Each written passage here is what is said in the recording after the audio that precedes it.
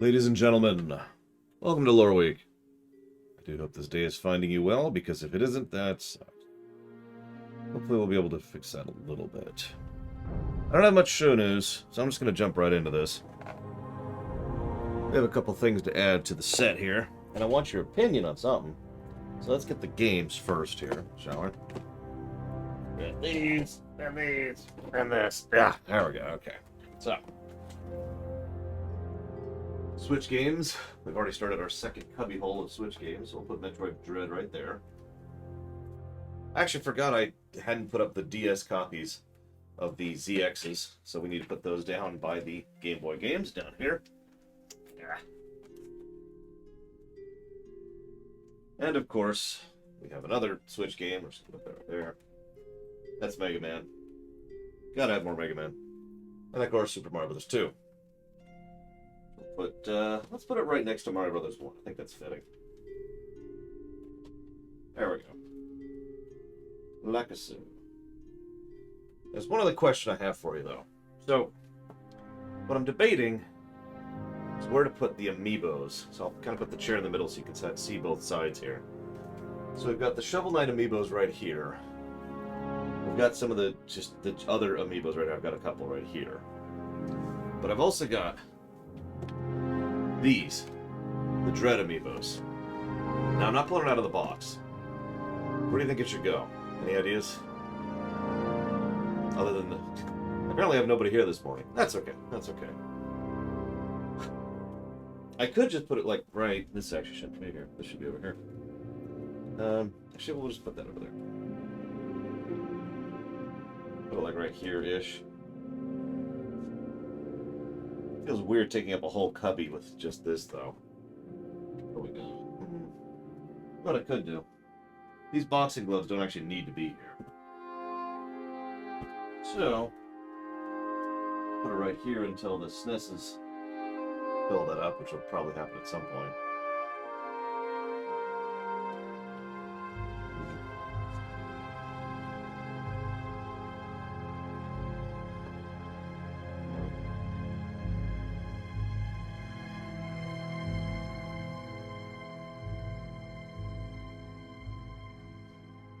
Well, shoot. Yeah, I think we'll do this as a temporary thing. I think we'll temporarily put them right here. Leave that like that. Alright. I think it'll work for now. That sounds like a good enough option. The old college try. The other bit of show news I have is I have a small story to share with you. So, last Monday, my niece started playing a Zelda game for the first time. Well, second time, but that's an asterisk. So for the first time, she started playing a Zelda game. And that Zelda game is Link's Awakening, specifically.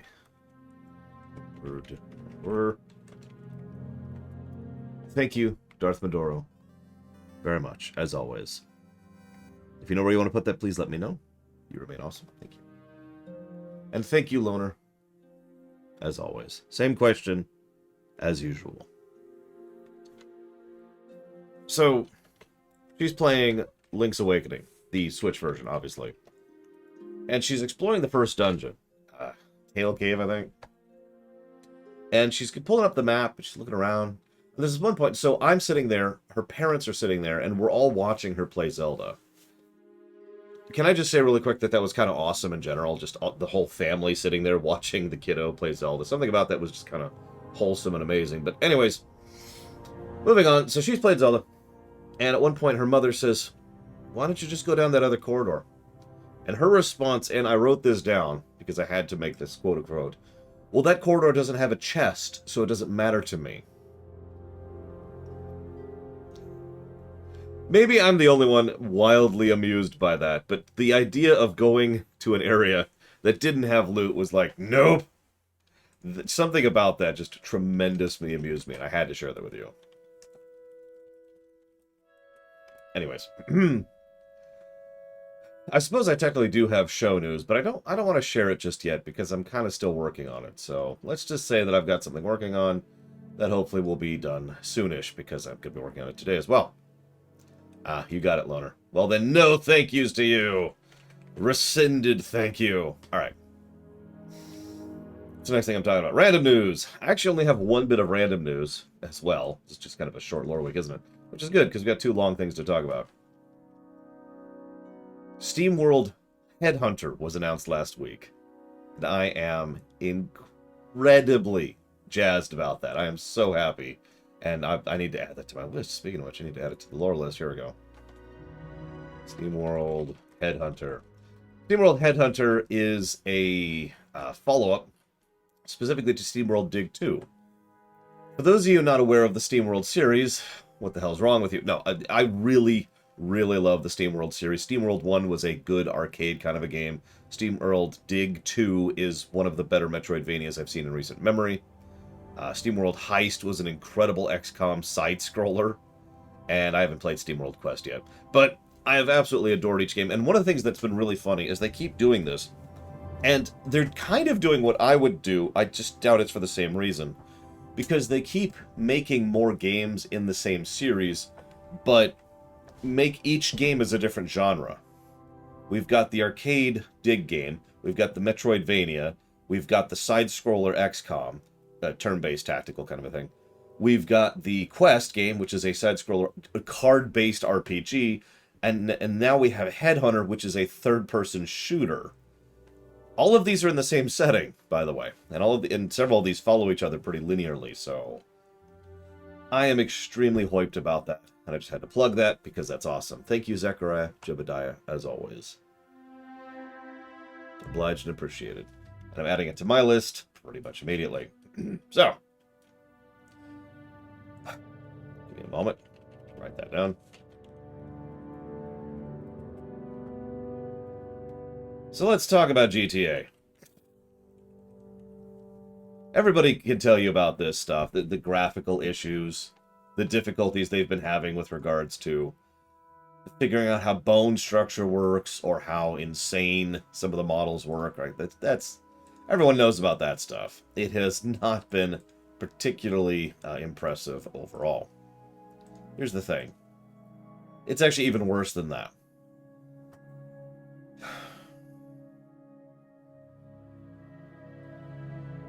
I have no idea how to pronounce that.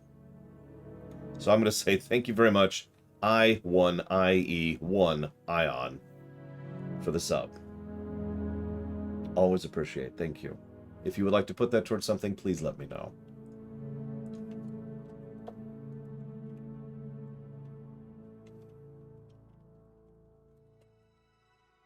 So yeah, everyone's seen the basic graphical glitches, which are unacceptable. Let's just go ahead and start with that. Lonely One. Just gonna make a note about that. Lonely One.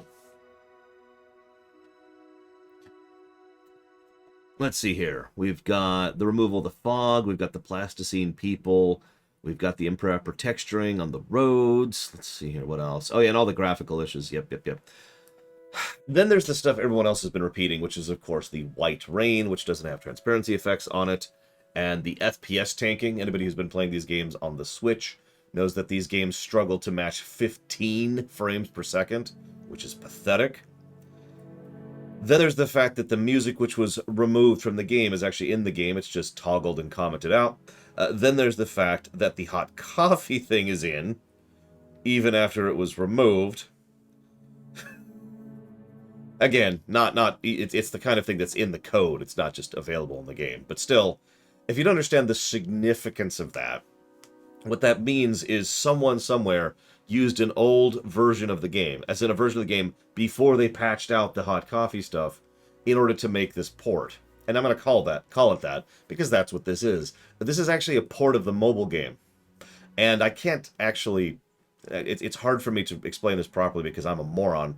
But all I'm going to say is that people have already done tests on exactly how some of the physics works, as well as several of the bugs and glitches that were present in the mobile version. By the way, the mobile version of GTA San Andreas is terrible. Also by the same developers. Remember, Rockstar, 2K Games, did not actually make this remaster. They handed it off to another company. Now, that makes sense. That makes perfect sense that they would go ahead and hand it off to a company whose entire job, whose entire purpose was to go ahead and do remasters. I've said before that having companies whose dedicated job to do remasters is actually a good thing. The catch is they should probably know what the hell they're doing with that. This company actually has a track record of doing terrible ports, so naturally they approached them to do a port of 3 of their most beloved titles. Hang on. I got one more thing here. 2, actually. Sorry. 2 more things. 3 more things. Damn it. I have so many notes on this. First of all, my personal favorite is the look behind. Some of you may know that when you're driving around, you have a look behind button. Well, when you're bicycling, they decided to make the look behind camera right here. So you just see a really, really big close-up of CJ's face, because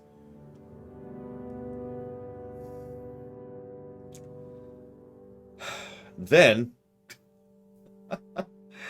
we have, what is the next thing? Ah, yes. The, words. The, I've lost my train of thought. Here it is. So they pulled the game off. A couple days ago, they pulled down the Rockstar Games launcher to do maintenance. Okay. That doesn't, I'm sure that has nothing to do with the GTA games. Then they put the Rockstar launcher back up. However, the GTA trilogy was still not on the launcher.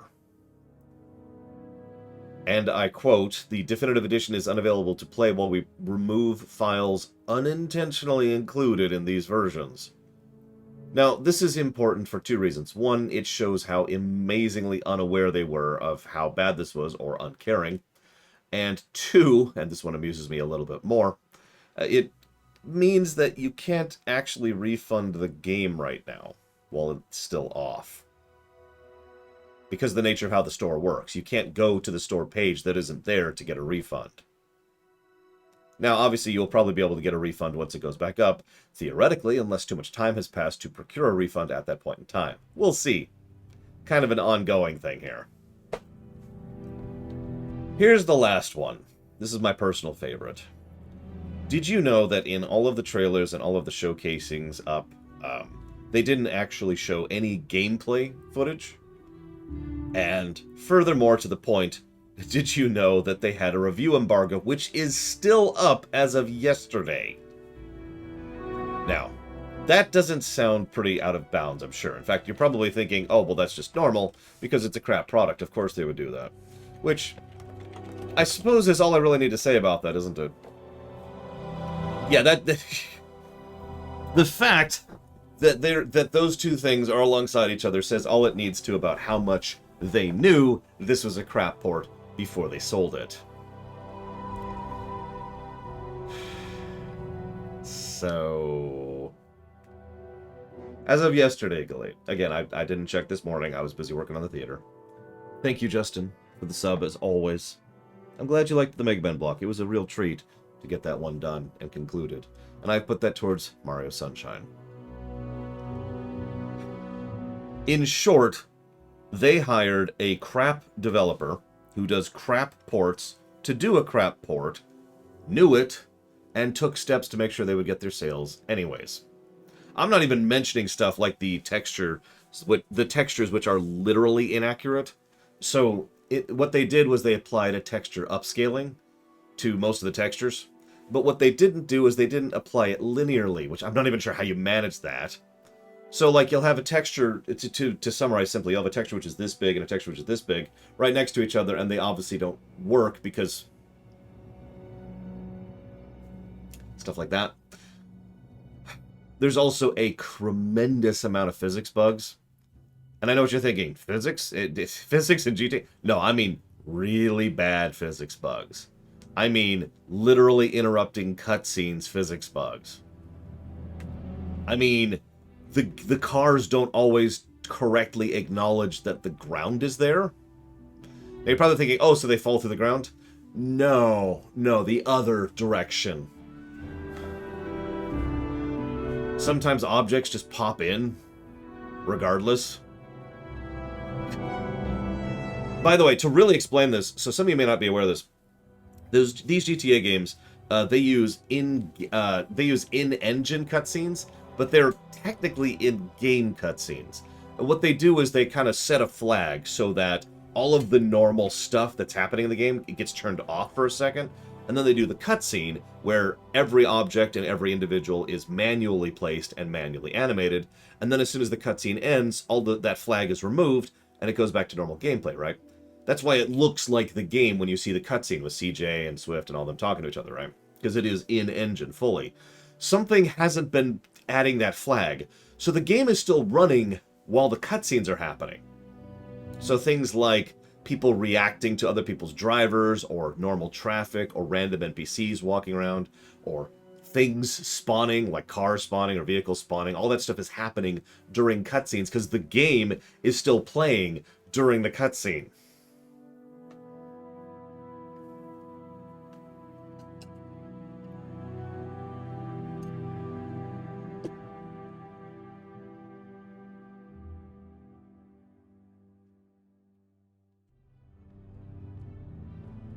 Anyways, do not buy. In all honesty, if I could get real for just a second, what pisses me off most about this is the kind of thing... I need to come up with an example for this. It's like... I'm trying to think how to explain this. It pisses me off because I see this happen a lot in real life, where someone says, I really want X.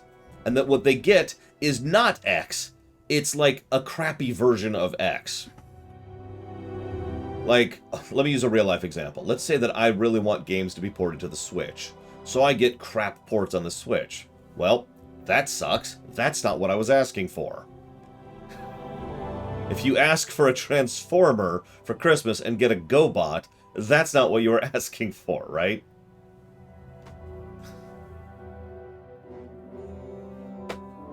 Anyways, whatever. We'll see if that ever gets ported up or fixed or, again, whatever. But allow me to once again make it very clear, do not buy. Okay, so what's my next talking point? Yeah, I wish for world peace. Yeah, exactly. That's a great way to put that. Right. So, we actually don't have much to talk about, but we're going to go ahead and put the Dune thing to last. Now, don't worry.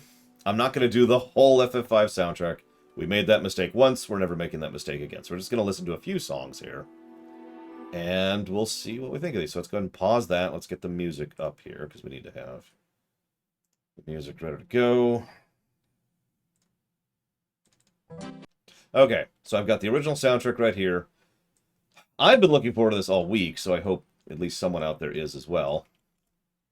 Because I've had to not listen to the FF5 Pixel Remaster soundtrack for a week, basically. Yeah, exactly, Lunaruth. I'd almost say I'm surprised anyone even recognizes GoBots, but... Okay, so... As usual, we're going to listen to the original. Now, there's no in-between this time. Unlike with 4 and 3, there's no DS versions of 5 or 6. Now, 6, of course, isn't out yet. Let me go ahead and close this up here. So, what we have is just the original SNES version. I could pull up the GBA version, but honestly, I don't think there's a real good reason to do that. So, first we have the opening song. That feels a little quiet. There we go. PS1 soundtrack uses the SNES soundtrack exactly. The GBA soundtrack uses a chipsetted version of the SNES soundtrack.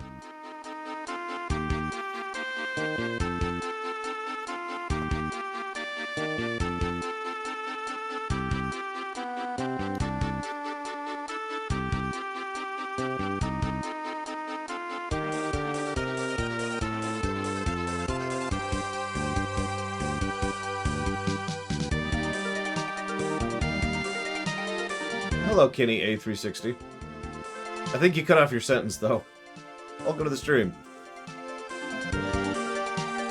Now, the thing I want to point out here is the FF5 sound font is a little bit strange. It's always kind of partially bothered me, but not fully. It essentially sounds more video gamey than FF4 or FF6, both of which sound more orchestral. Nothing necessarily wrong about that, it's just always distinguished it a little bit. And you can kind of tell just by listening to this version right here.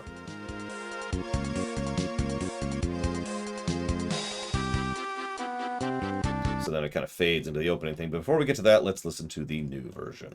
A little loud.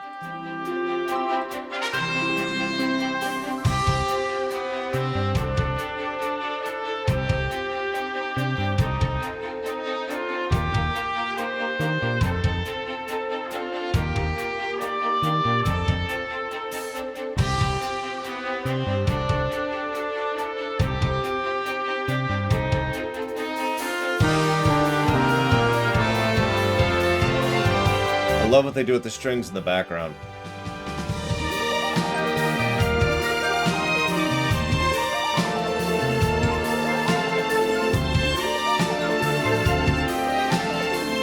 They also subdued the harps a bit.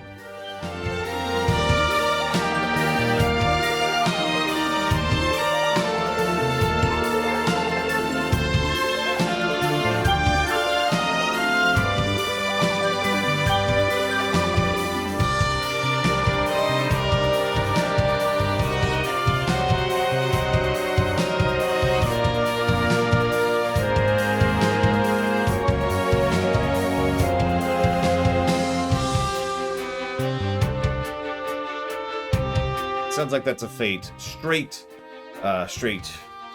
loop. But yeah, no, that's very well mixed. My goodness, that is awesome.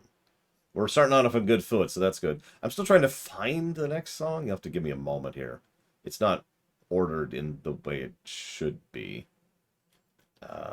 Let's just find it manually. Hang on. Hello? The hell? Why are my controls still not working?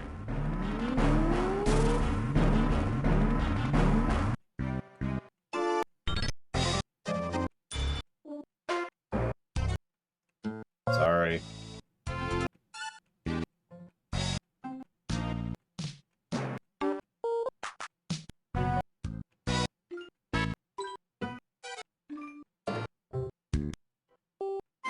Do I not have the song? I don't have the song. To YouTube!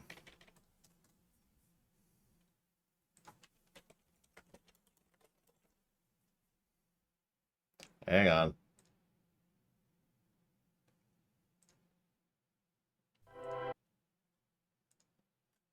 How do I not have that? There we go. Okay. So, original song.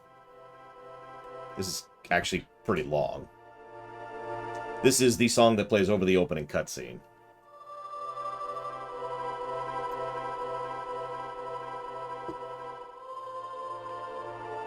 And thank you, Kenny, for the kind words.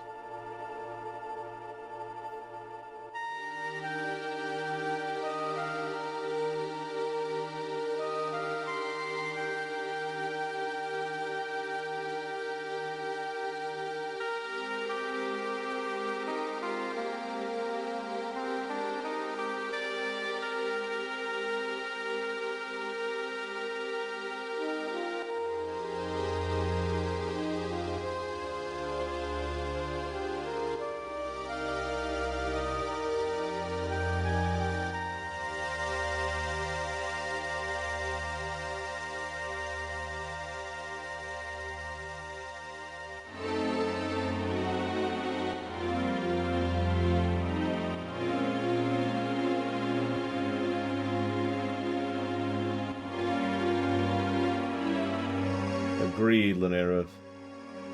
I don't have the words like you do, but... This is from Final Fantasy V still.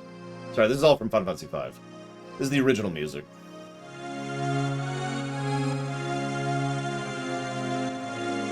This is during the scene where Lena is talking to her father. The king whose name I can't remember right now. King Bob is his name.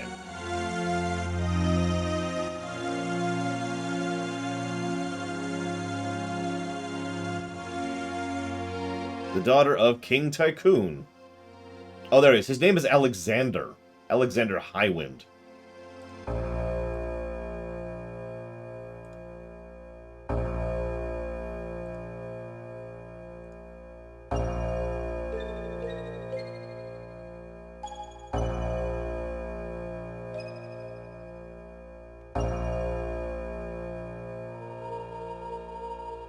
This is when they notice the wind is starting to stop. Starting to stop? Is slowing down.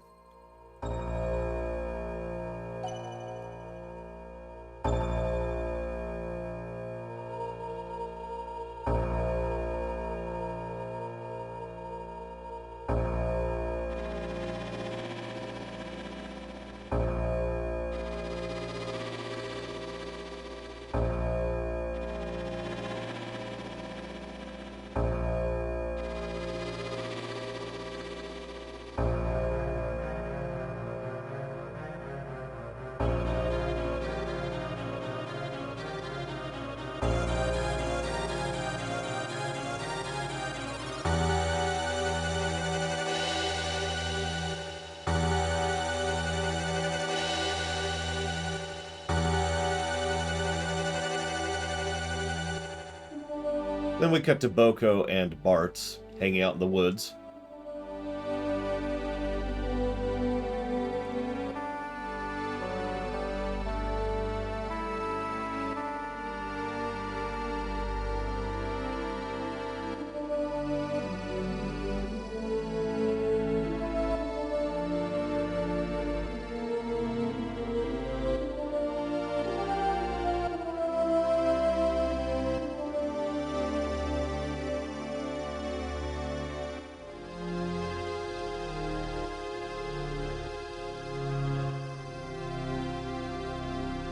Told you's a long song.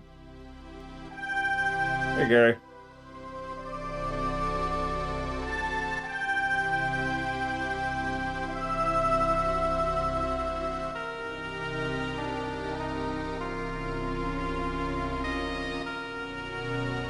So this then kind of fades into our first actual playable section. Let's hear the new version.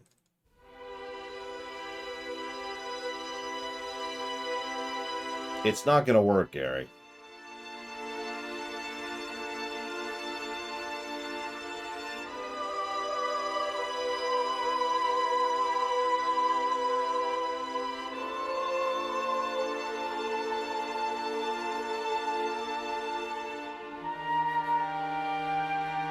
It is a good game.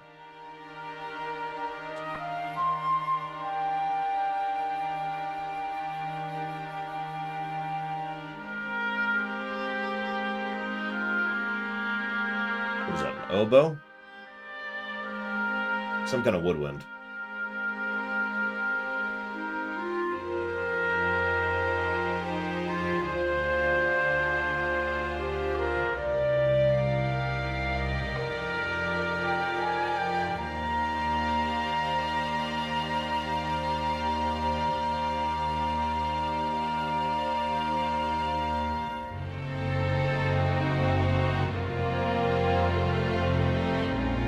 I love what they're doing with the strings here.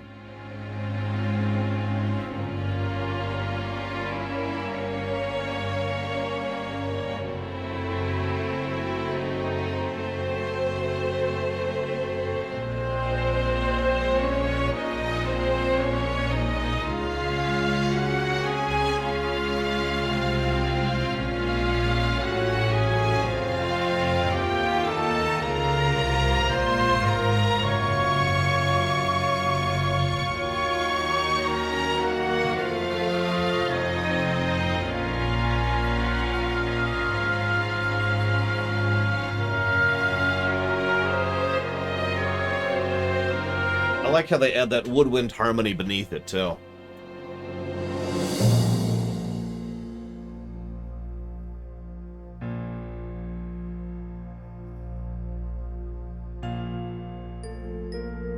Oh, that's a good choice.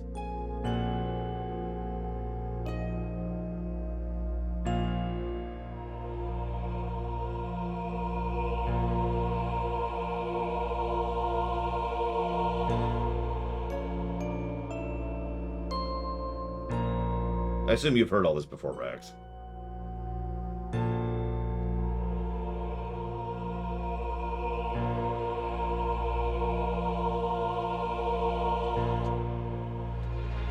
This is the pixel remastered music for Final Fantasy V, which just came out last Wednesday. We're doing a comparison.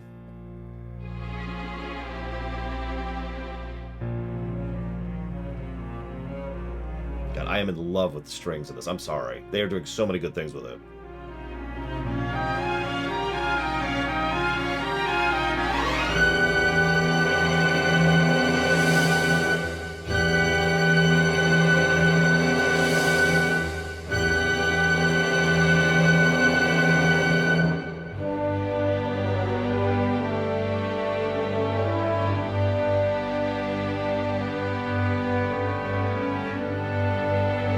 No, it's not my birthday, guys. Gary's trying to drum up donations for Cthulhu Saves the World.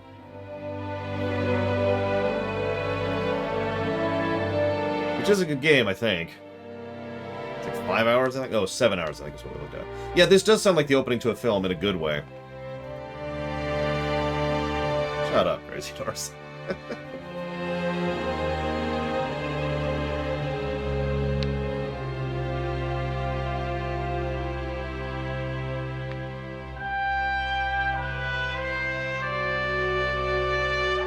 Earlier this year, a bunch of people told me happy birthday on January 1st. I was really confused about that until I remembered that I have my birthday set on Steam to January 1st, 1902.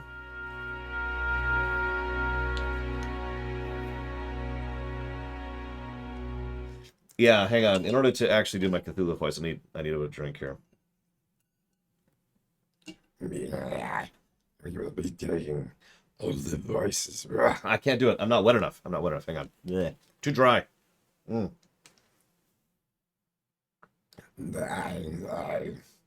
can't do it. I'm too dry. Okay, whatever. There's a way to do a Cthulhu voice. I just can't do it. So now we have the overworld music.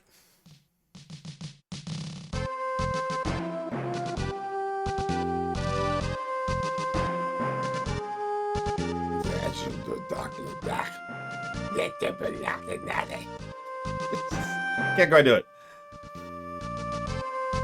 So, I'm actually not super fond of this overworld. It's just kind of generic. What do you mean, Rex? I mean, we're just going down the list. I do like this part. Which one, Takoida?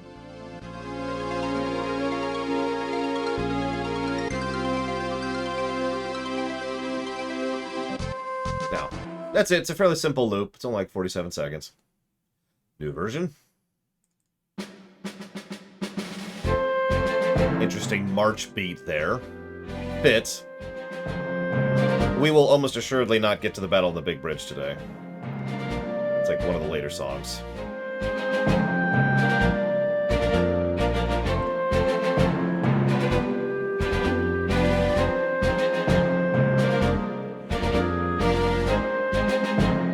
It is 100% not my birthday, Sacto.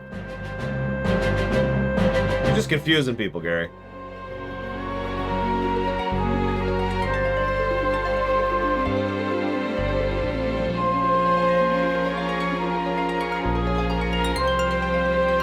It looks like they had a second loop here. And they do. They're really going for the marching vibe on this one, aren't they?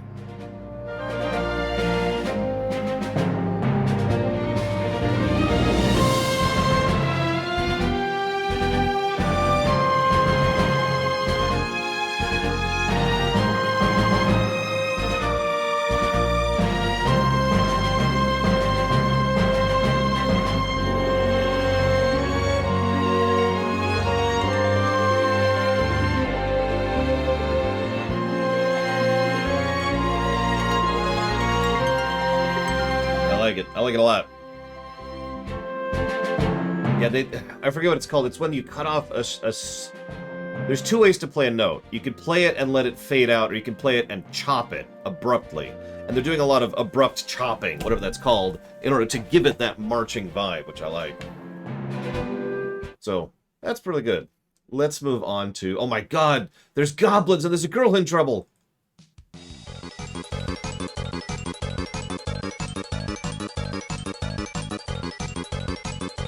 Now imagine listening to this for 10 minutes while you escape from the castle.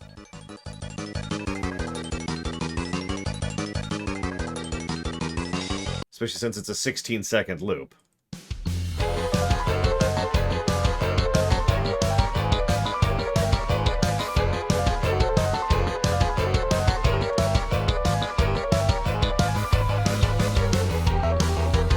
I mean, I'm glad they added more, because again, you really do listen to that for 10 freaking minutes at one point in the game. So they added a second beat. It's just, it's strings as the beat.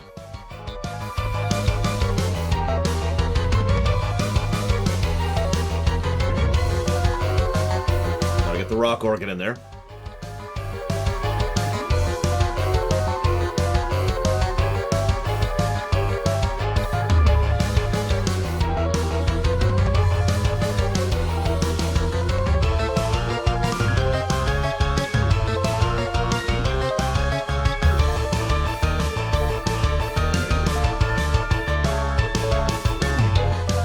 I like that. That's good. That's good. The extra layers help flesh it out a little bit more, and I love that second melody piece they do there. So, awesome. But then we meet Lena.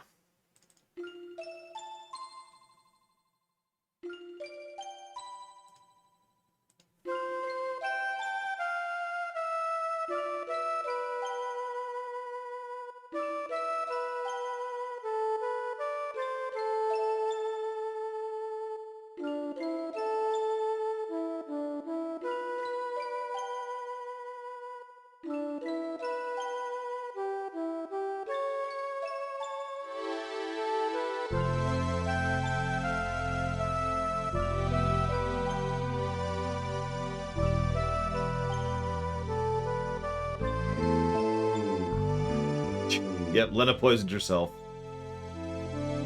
Again. Can we stop that, Lena? Can we stop? Stop! God. I'm sure plenty of people do. I don't know.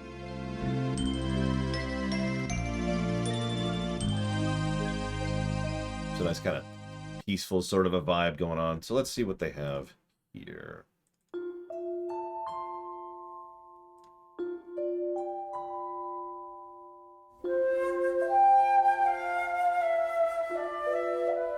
It feels like it's a little piercing.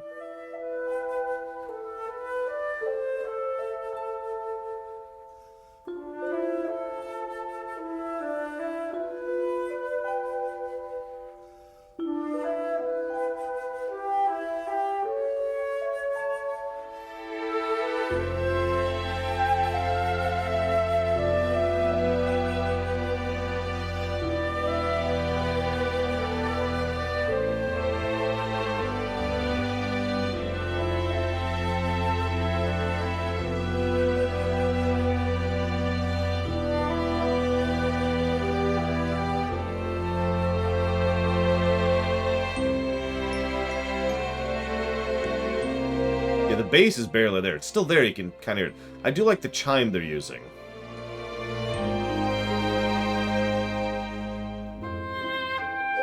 See, that sounds a lot better than whatever that earlier flute was.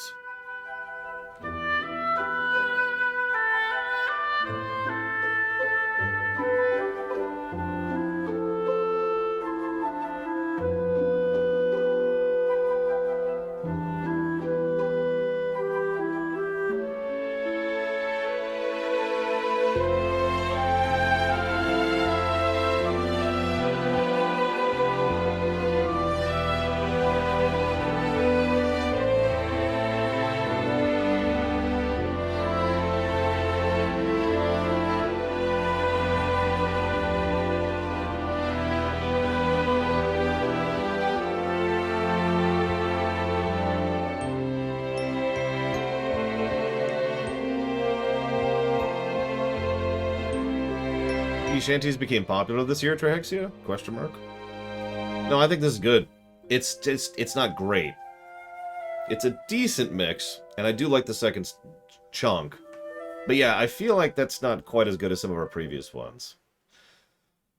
Then we move forward a little bit, and I'm still trying to find this stupid song because these song names are terrible. We find some pirates.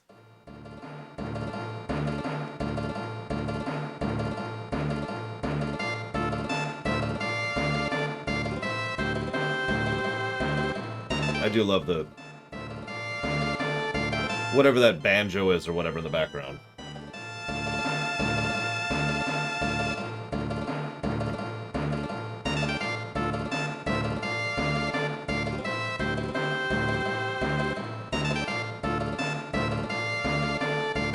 Yeah, I'm not sure what that is.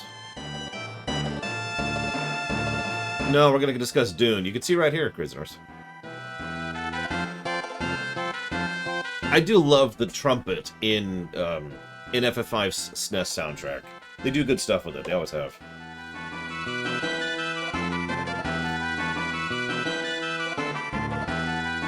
Like some of the castle themes in 5 are legit. So. But then we find the pirates! Oh, I already like this.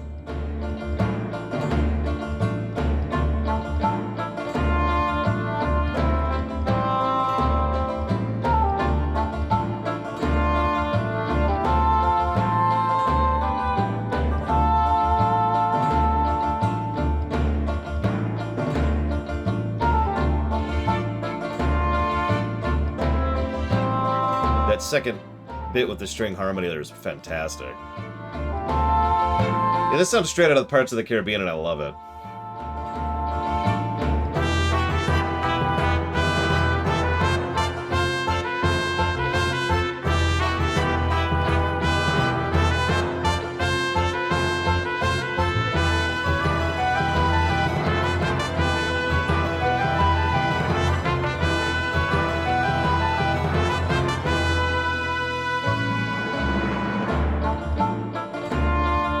Yeah, no, this is good. That's a good. They don't even have a second section, but it's still much improved. Then we Ferris, and Ferris decides to help us, and we sail up to this area. The guy offers to take us there in case we don't know how to navigate the extremely small world map we currently have access to, and we get to our first dungeon.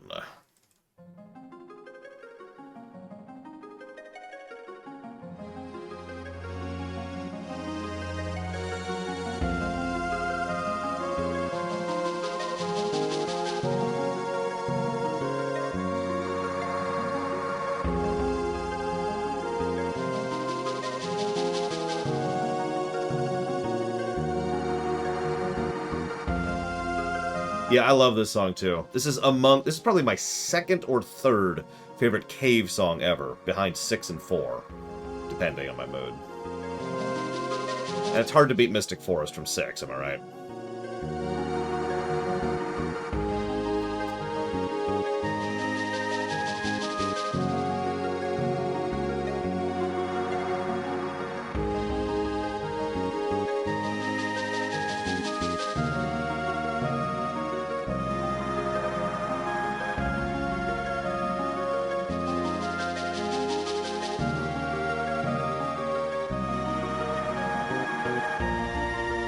But yeah, no. I love what they do with, like, the kind of... I forget what that's called. Like, it's the percussion, which they use to emulate the idea of, like, the echoing sound in the background. Because we've played Ori and the Blind Forest. If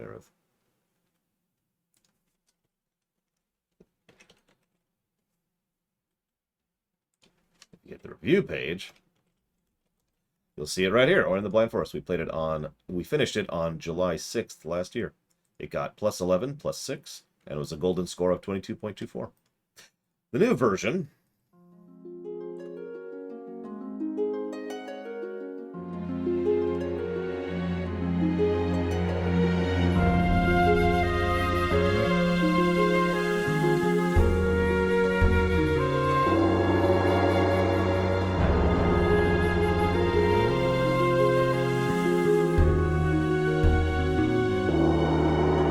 I'm not sure what I think of the gong here.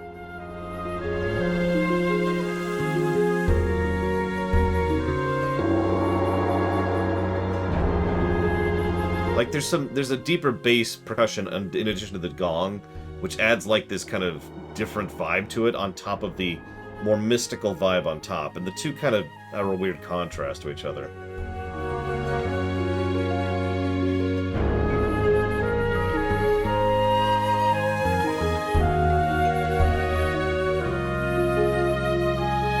I love what they're doing with that chime.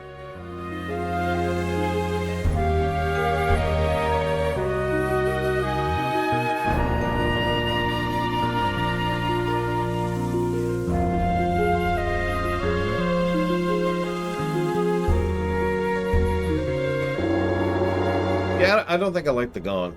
I like everything else about it. And yeah, it's a single loop. That's a single loop. But then we get into a random encounter.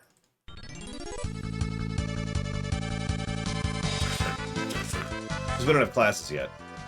Oh no, we probably have a knife at this point.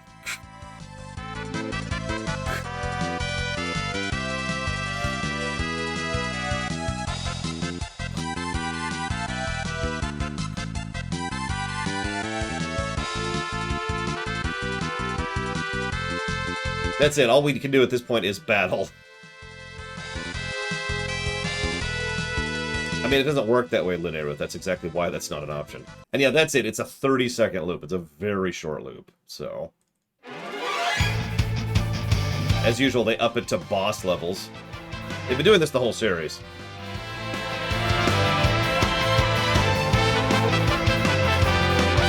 This sounds like Bravely Default.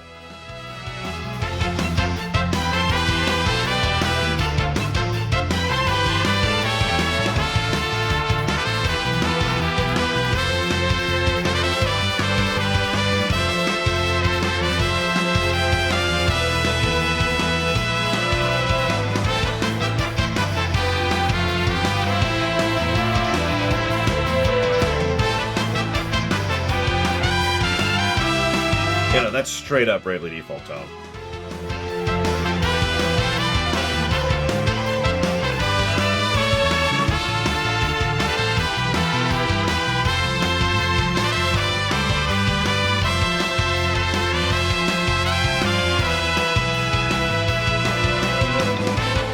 Oh yeah, that's solid. That's solid. I like that. I like that. And I'm with Blue of Alex. Pulling up the energy on battle themes is something I'm okay with, within reason. I feel like they went too far with either 2 or 3. I forget which one it was. But anyways, we won! Do I even have the victory tomb? I do. We won!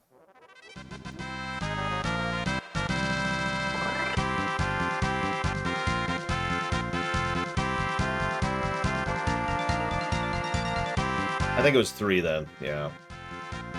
So, it's the victory theme. It's a 17-second loop.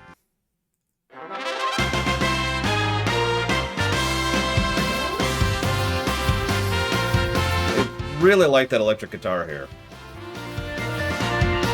Yes and no, Loreweek. He's working as part of a team. Might be a better way to put that.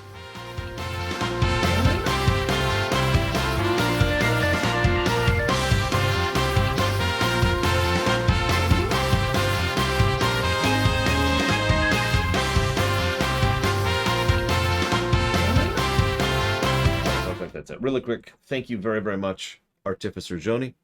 I've put that towards Half Genie Hero. And thank you very, very much, as always, Eclectic Oak. I'll put that towards Okami HD, Final Fantasy XIV ARR, and Diablo 3. Now, the next one listed here is a weird one. It's this one. Oh, yeah. That makes sense. This is the Game Over music. We died.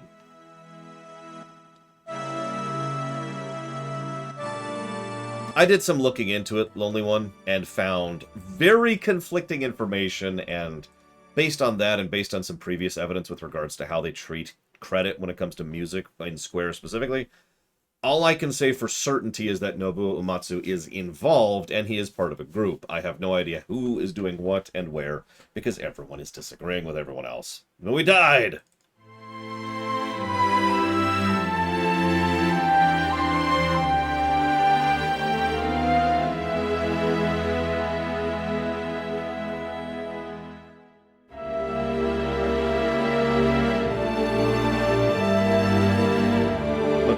deeper tone, but works quite well. You know what? I'm sick of this dungeon. Let's go. Let's hit the town, shall we? What's the name of the town song? Hang on. These are completely disorganized.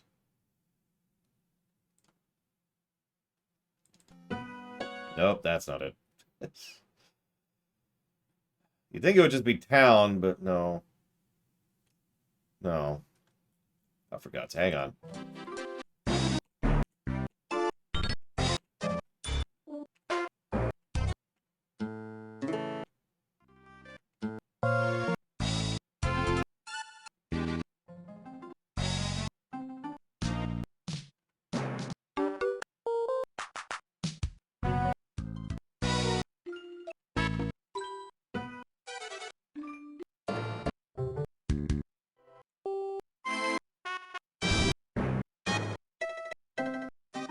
Tenderness in the air. There it is.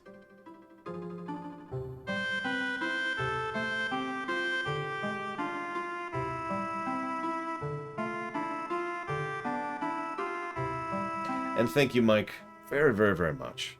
I'm glad you're liking the lore run. I hope you're watching the good one, and not the one that isn't even labeled a lore run. I'll put that towards FF13.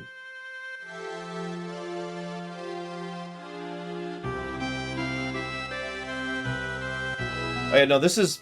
There's nothing super special about this song, but it's archetypal... It is fairly an it is a fairly good archetype of a town song. It's not as good as Six's, for example, but it, you know, it's still good.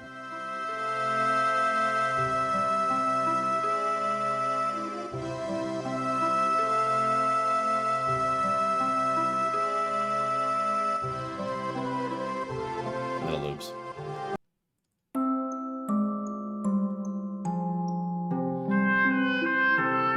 There's that piercing again.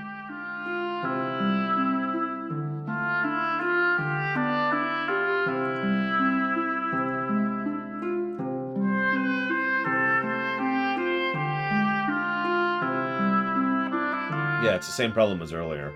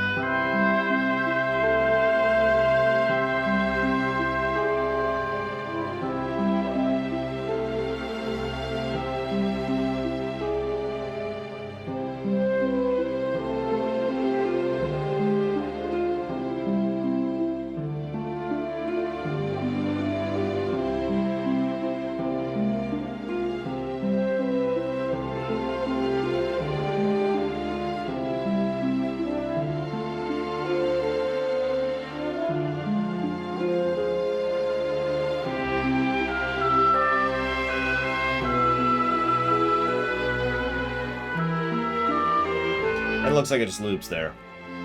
I don't know, I don't like those highs. It's a little bit too piercing, like I said. Yeah, I was going to comment on that. I just looked up Mr. I don't know how to pronounce his last name, but I didn't see anything connecting him to Mr. Lynch. Man, I don't know about you guys. I'm kind of tired.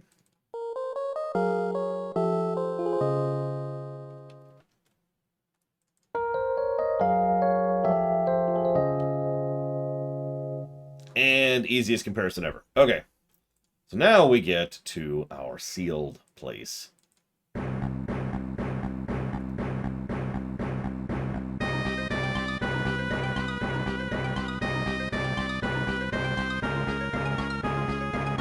always liked the vibe of this. It's a little bit marchy, but it works for descending into a ruin, which is effectively what this is.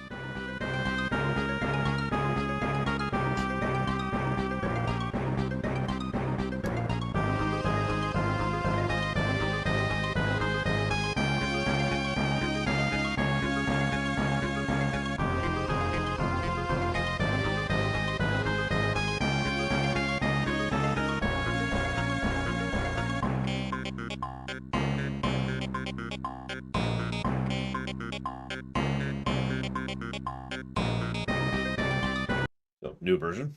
Oh, I like that.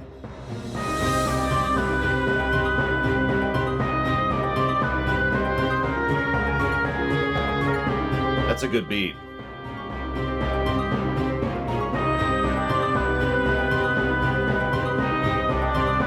They add a secondary layer under the melody there. It's still there. It's like a chime or something. A bit of a choir, too.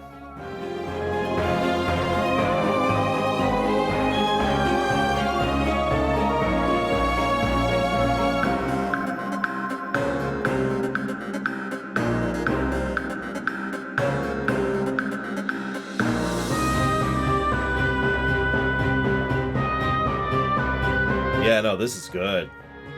It keeps the tempo perfectly. Actually adds to the impact of the beat, the percussion side, and adds multiple layers underneath the melody. That's good. I like that. I like that.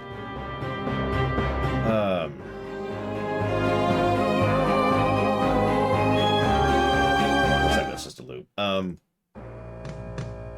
Why is this the next song? We didn't even go there for like several hours. Thank you, Retro Justice, very much, as always, and I will put that for Mario Sunshine.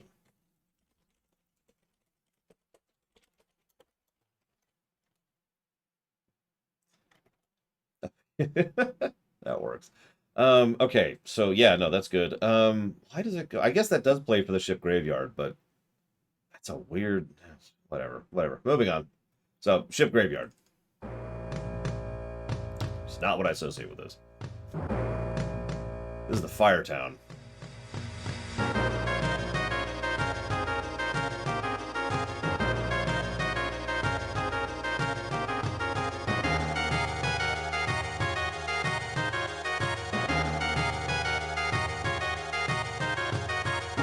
No word, Retro Justice. It's already on the list, Blue Alex. Although it's not a block.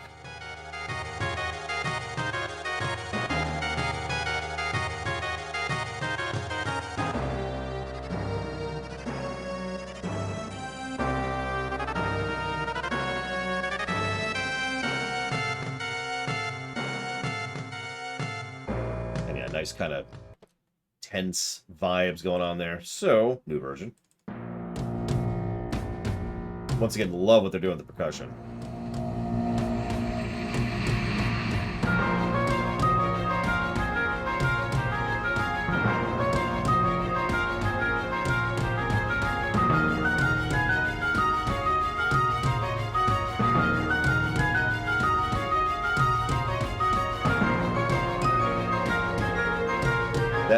That flute adds a lot there.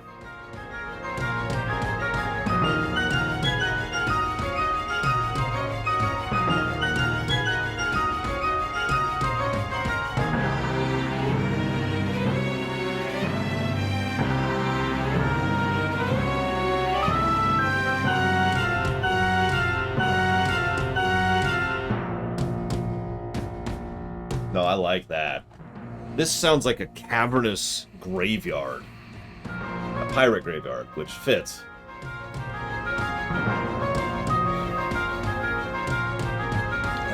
Where's the boss song? Ah, there it is. This is in a weird order. Yeah, I love that extra melody under that there with the flute. So hang on, which song is this? Oh. This is Something Weird / Sad is Happening.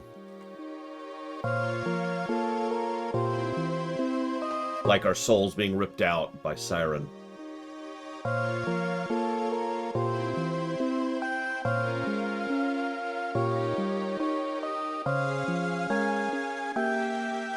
I'm not joking. That's what's... Our souls almost got ripped out. Ha ha ha. This game is just... FF5 is FF5, you know.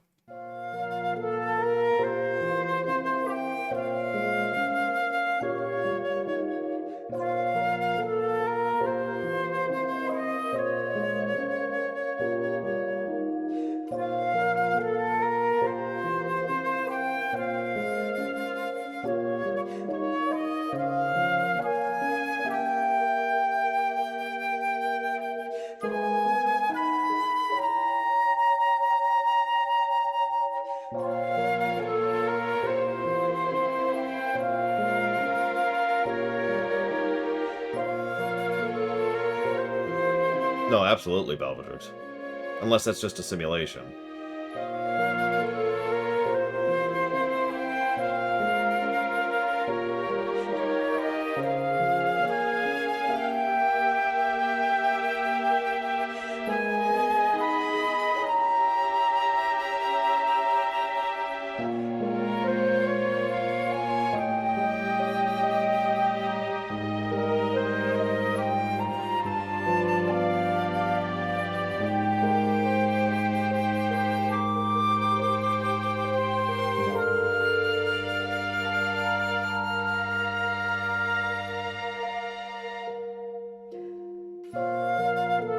That's an interesting choice.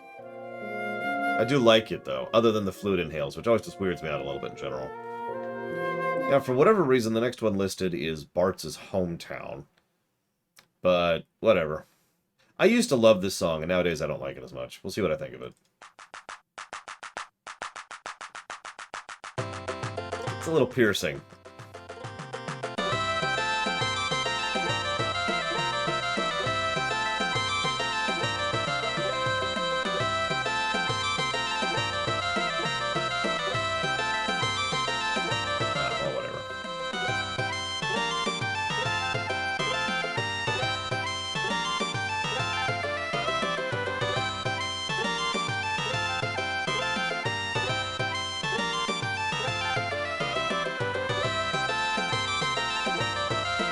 Yeah, so let's hear what the new version sounds like.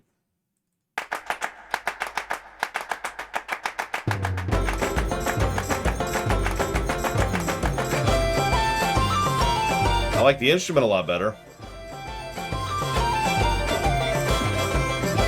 A lot less piercing, you know? Yeah, no, this is straight up festival, yeah.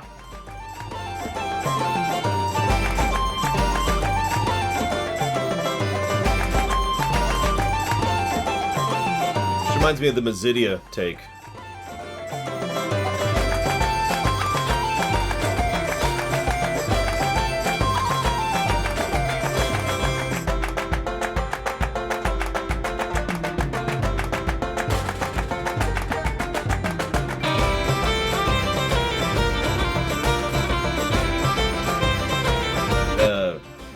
What is that? Fiddle? Violin? I don't know. It works well.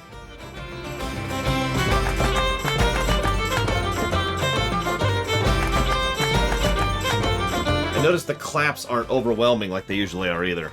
Probably because it's actually people clapping. If I were to guess.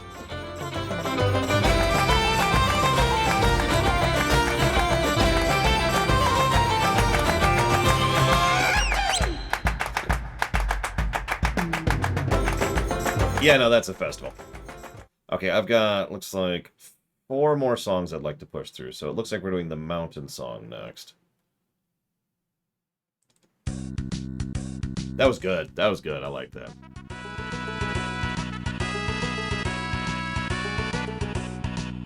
So, as with a lot of FF5 music, this one maintains kind of a... Again, it's very video gamey. It's almost more leaning towards Mega Man than Final Fantasy. Not a complaint. You can feel the beat.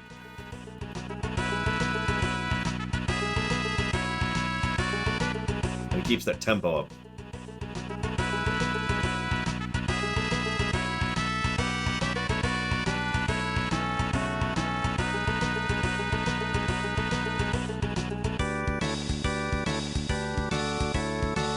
I can see this as airship or travel. No, we're going in order, Artificer Joni. We won't even get to those today, because I'm going to cut off in 3 songs. I can see that as kind of a Pokemon thing, but either way, it's an interesting take on it. So...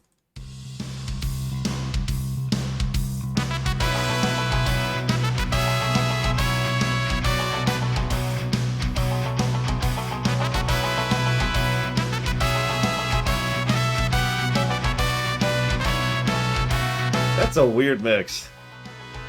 Rock organ, trumpets, and the electric guitar.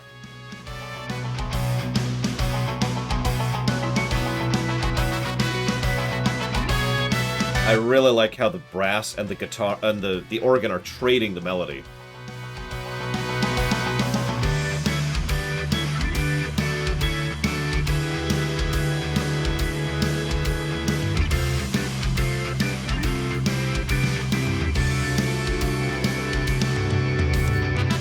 And it's a straight loop.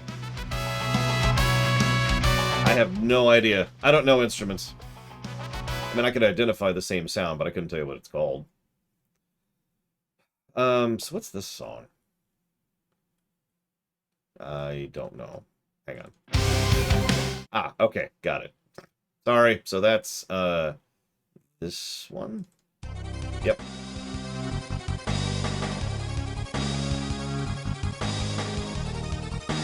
They're named different things. So this is something bad is happening. Usually plays when X-Death is doing something funny. I'm just gonna sink the entire island you're in by myself, because I'm X-Death and I can do that.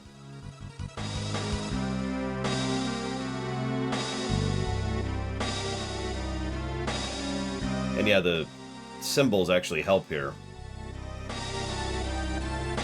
Okay, so I accidentally already started it, but... really leaning into that guitar. I like the electronic background.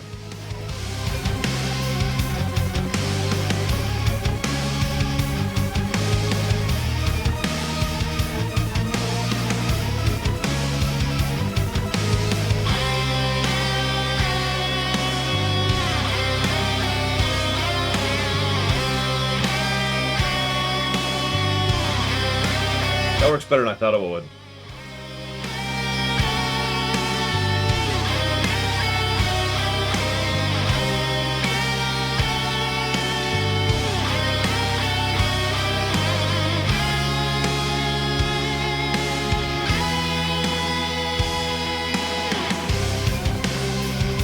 That's good. That's good. I like that. You know, I just realized something. Every song I love from this game, we will not be listening to this week. So I gotta wait another week before I can listen to the songs I actually want to hear. We're gonna end on... oh no, actually we got two songs, right? We're gonna do the boss song. So we just had something dangerous happening. Everything's going horrible. It's time to fight the boss. If I can find the boss song. Where the hell's the boss song? Oh, for God's sakes. There it is. That's the X-Death boss song. There it is.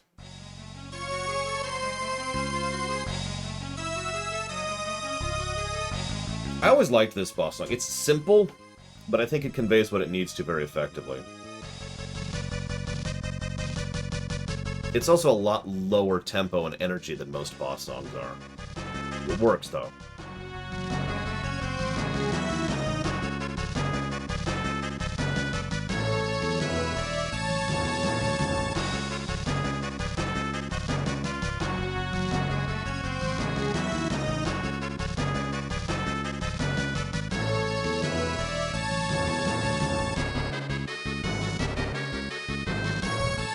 And I like to sit on that timpani in the background, too.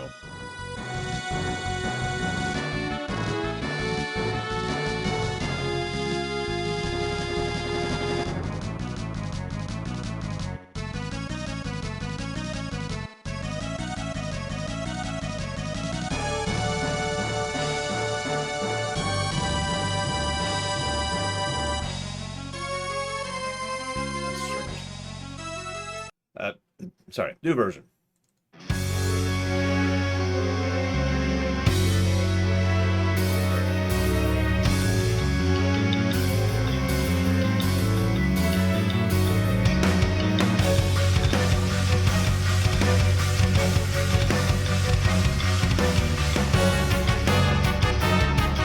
That works really well.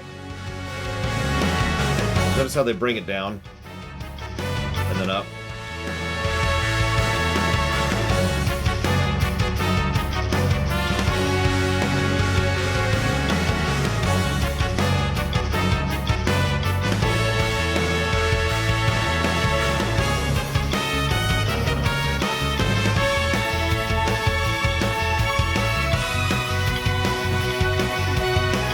A little bit of hope.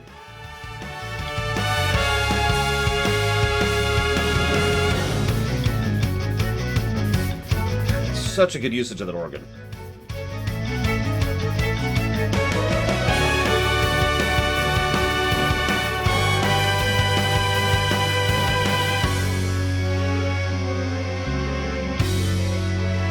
Great bridge.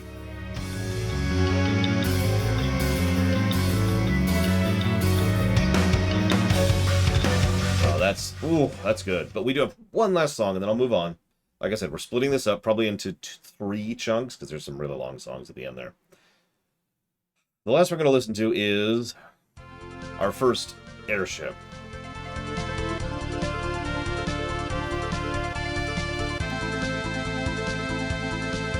I mean, I have no idea, Crazy Horse. I haven't studied metal. No, seriously, I can only speak in ignorance. I'm not even sure I've ever listened to metal. Thank you, Tin-Headed Hydra. As always, thank you so much. And I will put that towards Overlord.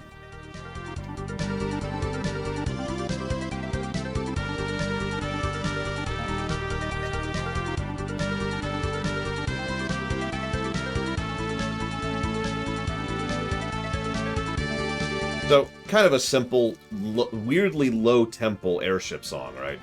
It still gets across travel between both the harp and the percussion. You get the tempo there. Whoops, whoops, whoops. The new version sounds like.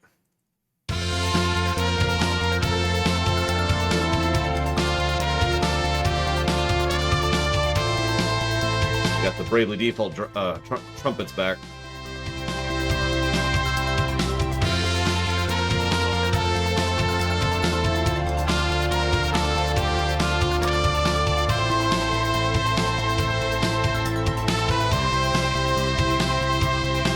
Really diminished the harp. It's still there.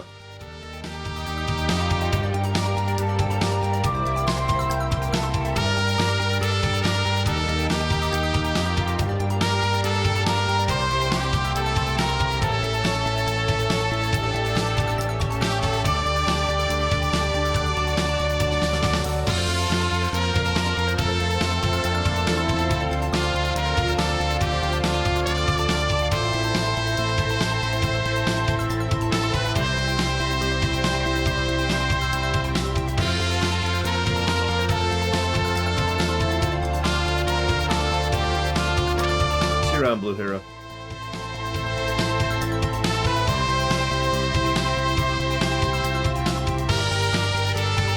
Is this just a loop? It looks like it isn't. Unless they give me 4 loops of this song for some reason.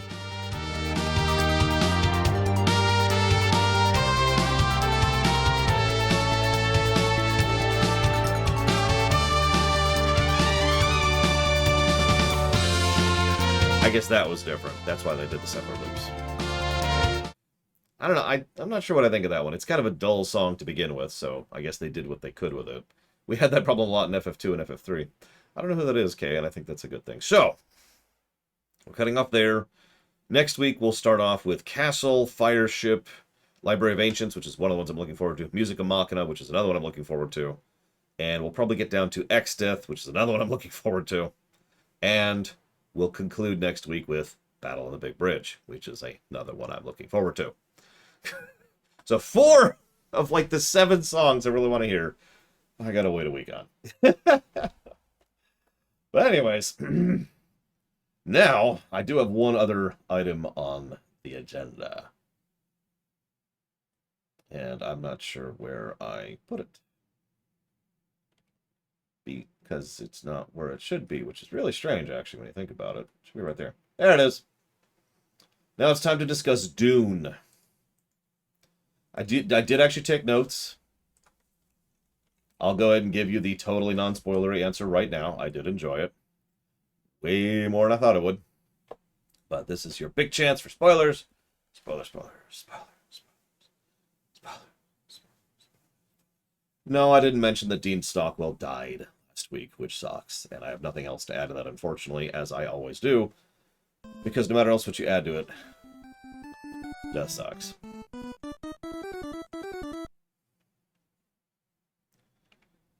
Thank you, Chaotic Danny, very much, as always.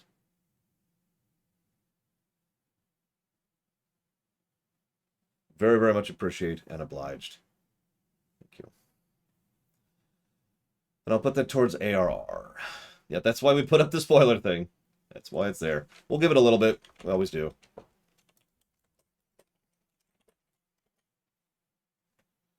Well, I can answer that before we get into spoilers, Lonnie Ruth. I don't like Dune all that much. I'll explain more in detail in a minute, but it's never been my wheelhouse. I'm aware of it. I read it when I was pretty young. And of course, I've seen the David Lynch movie like 3 or 4 times. But it was just always just kind of significant with regards to science fiction and literature culture, but otherwise not my thing. Kind of like the Lord of the Rings trilogy, actually. The books, not the movie, excuse me. So I was just like, okay. So I wasn't expecting to get into it. Now, I don't have any other additives to that. I suppose I should mention that they're in a weird situation. So let's go ahead and mention they did, like 3 days before I saw it, they did finally greenlight the Dune 2 movie, which is going to be coming out in 2 years, which makes sense, of course, because of the fact that, you know, they didn't film it back-to-back like they did with the Lord of the Rings trilogy. Now, the good news is they still have the actors on contract, they still have the sets, they still have the props, they still have the teams. So they will have an easier time getting rolled back into production than they would have. But the reason it's going to take a full 2 years is because they didn't film anything, because they didn't greenlight episode 2. Now, I've heard some people say it makes sense from a purely financial and economic position to not greenlight episode 2. And those people are stupid. Because this is a proven director with a proven cast in a proven IP in an era in which doing remakes of old movies sells well. So they probably should have greenlight episode 2 right up front. They didn't. They were dumb. Moving on. I should look up something actually really quick here. Give me one moment.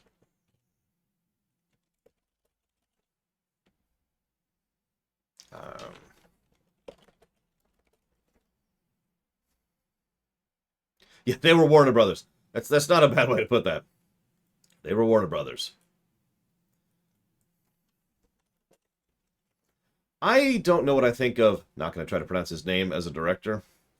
I think I've only seen 2 of his works, and that's why I'm saying that. I don't have a large breadth of stuff to look at. When did the movie pull me in? Immediately. The slow burn of the intro of the first like 10 minutes was all I needed to be into it. That was all it took. There it is, Dune. How we doing? How's our sales? Well, so far it's only made $336 million, so, you know, that's so far, by the way. Hold up.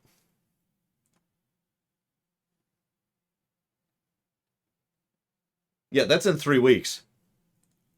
That is in 3 weeks it's made that much money. You morons! Yeah, that doesn't take into account HBO Max because it's kind of hard to track that. Consequently, I didn't see it in theaters. It's not actually an option right now.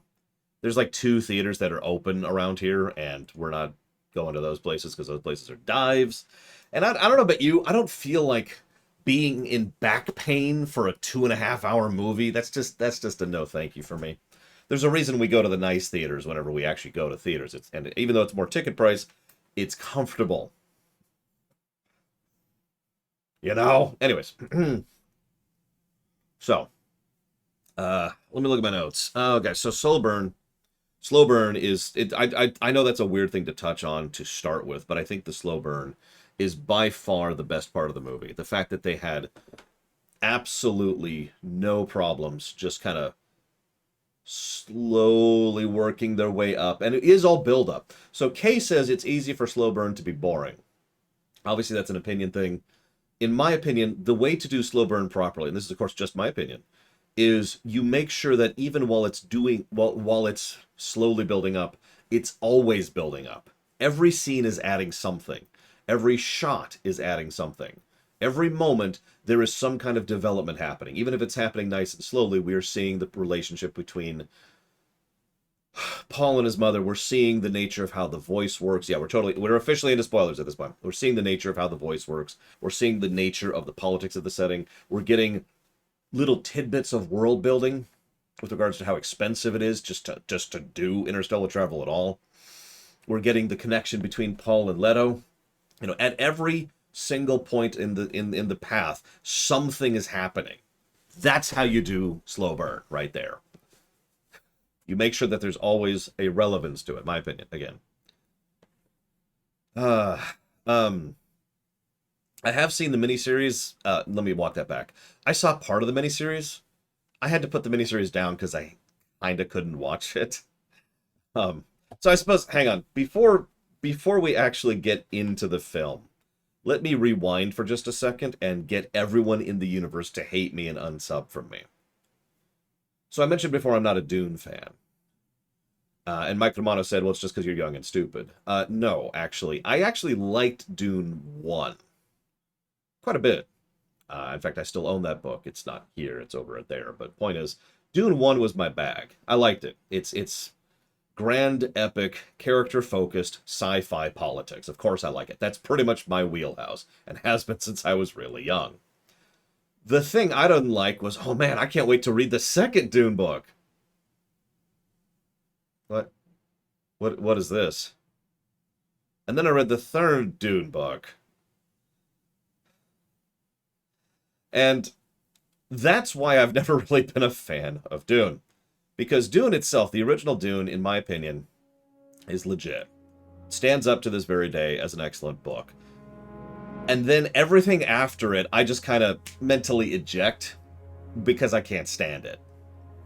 Pretty much everything about the Golden Path, and pretty much everything about the follow-through and the I keep wanting to say genocide. Holy War, I can't think of the word. All of that stuff, I couldn't stand. It's the kind of stuff I didn't like then. It's the kind of stuff I can't stand now. Jihad, thank you. I just walked away from all of it. And that's why I was looking at this like, well, we'll see what they do with it. Now, they do actually have tidbits of it in this, as they should, just like the original book did. There are several tidbits of the jihad here. One of the things I liked best about the film, just since it's on my mind right now, is how they kept referencing the nature of how the Golden Path operated in this film. Right? The multiple paths to the future. You don't see the future, you see what could happen in the future. Sentient robots, Mike Romano, is my answer to you. Right? Like, they actually had that kind of hints of that, as Paul would see flashes of what could happen. And then we actually see those events come to pass, but differently than he saw them. You know, just little stuff like that. That was a nice touch. I liked that. But yeah, the God Emperor who became part worm, who ruled for 3,500 years in order to slowly force a complete biological and cultural change to an entire species. No thank you. Not into it. No offense to anyone who is, obviously, it's just that's not my thing. So, Dune itself, just taken in a vacuum, completely ejecting everything else, I'm actually with. However, one of the things I find interesting, and I have a question for you all related to this, is how much this movie changed little things which alter the tone of the work substantially. So, my question to you is, for those of you who are big fans of Dune, how much were you okay with the changes? Because, in my experience, when movies adapt things, people tend to hate that. Harry Potter, excuse me. Jurassic Park. Oh, pardon me. I had something stuck in my throat there. And again, no insult intended, but I've heard some vitriol because of the fact that they change things when it comes to these kind of adaptations. Let's see, right off the top of my head, Emperor What's-His-Face is pretty different. Almost entirely different, I would say. The very nature of how Baron Harkonnen was presented, also pretty much completely different. Let's see. They changed how... I don't remember his name. What's his name? Hang on. Just look up names here. Yeah, they really shoved Paul to the forefront. Several characters weren't even in this. What's his name? Peter was such a non-character that I wouldn't be surprised if most people didn't realize that was him. Chen's entire thing, Dr. Yue, I don't remember how to pronounce it. He was pulled down substantially. Jessica was changed a little bit in her presentation. Still manipulative, which works, as she should be. But the other character I was looking for is... Oh, for God's sakes. It's got to be here somewhere. There it is. Glossu. Glossu was shown as different and presented differently. And the other kid of Baron Harkonnen wasn't even in the film at all. Yeah, the guy played by what's-his-face back in the first film. I'm being so specific. Yeah, they got rid of the betrayal plot entirely and just kind of skipped ahead to, oh, it's the doc. You get my point, though, right? Fade, that's him, Fade, thank you. You see my point, though. They clearly did adapt. They clearly did change the book. So the Emperor in the books, for those of you who haven't read it recently, is a simpering, paranoiac idiot who has no idea what he's doing and is basically being manipulated by everyone around him. In the film, although he doesn't actually show up, it is substantially implied that the Emperor is more like a Palpatine, a chess master who has very carefully and precisely navigated the pieces in order to make all this happen. Now, that could still change in Part 2, but the way it's portrayed in Part 1 is that the Emperor is the one behind everything. The Spacing Guild is practically non-present in the film. They are mentioned and shown several times, but no real significance there either, especially given the fact that, again, they were the ones actually pulling the strings of the book. Sting, that was his name. Now, try to be shocked. I really liked Stellan Skarsgård, as Harkonnen. He's perfect for the role. I cannot picture Harkonnen as anything else anymore. Now, Harkonnen, so to portray the significance of this, I mean, considering they've already done a series, Imperial Star Destroyer, I'd say, yeah. So the Harkonnen in the book is pretty messed up, and the Harkonnen in the original movie is very messed up. The Harkonnen here is evil, but he's a wonderfully, pragmatically, just brute force evil. And I actually really like that. I really like how he's portrayed as this kind of crime kingpin. Like he is just terrifying. And they added someone mentioned the sound design. The vocalization to the bass they added to him, to his voice. The hoverjet stuff being literally baked into his spine. And of course, Skarsgård's performance, and he's a great actor. He's one of my favorite actors. Yeah, he's not stupid evil at all, like he's portrayed in the last film, for example. And he's not incredibly disgustingly gross, like he's portrayed in the book. He's just evil. You know, it's not like he's like, I'm going to get off while I'm murdering this person by pulling his heart plug. Instead, he has a line where he says, genocide an entire people because we need the money right now. Just flat. So, and in a good way. Like it's just, he's ordering lunch. I need you to kill several thousand people. Good night. God, he did such a wonderful portrayal of that. God.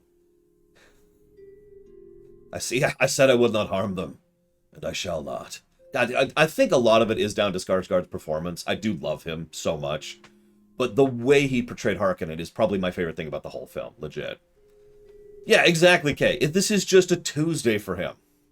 The only times he shows any kind of anything... let me walk that back. Because actually, there's several times he shows several emotions other than just this is business as usual.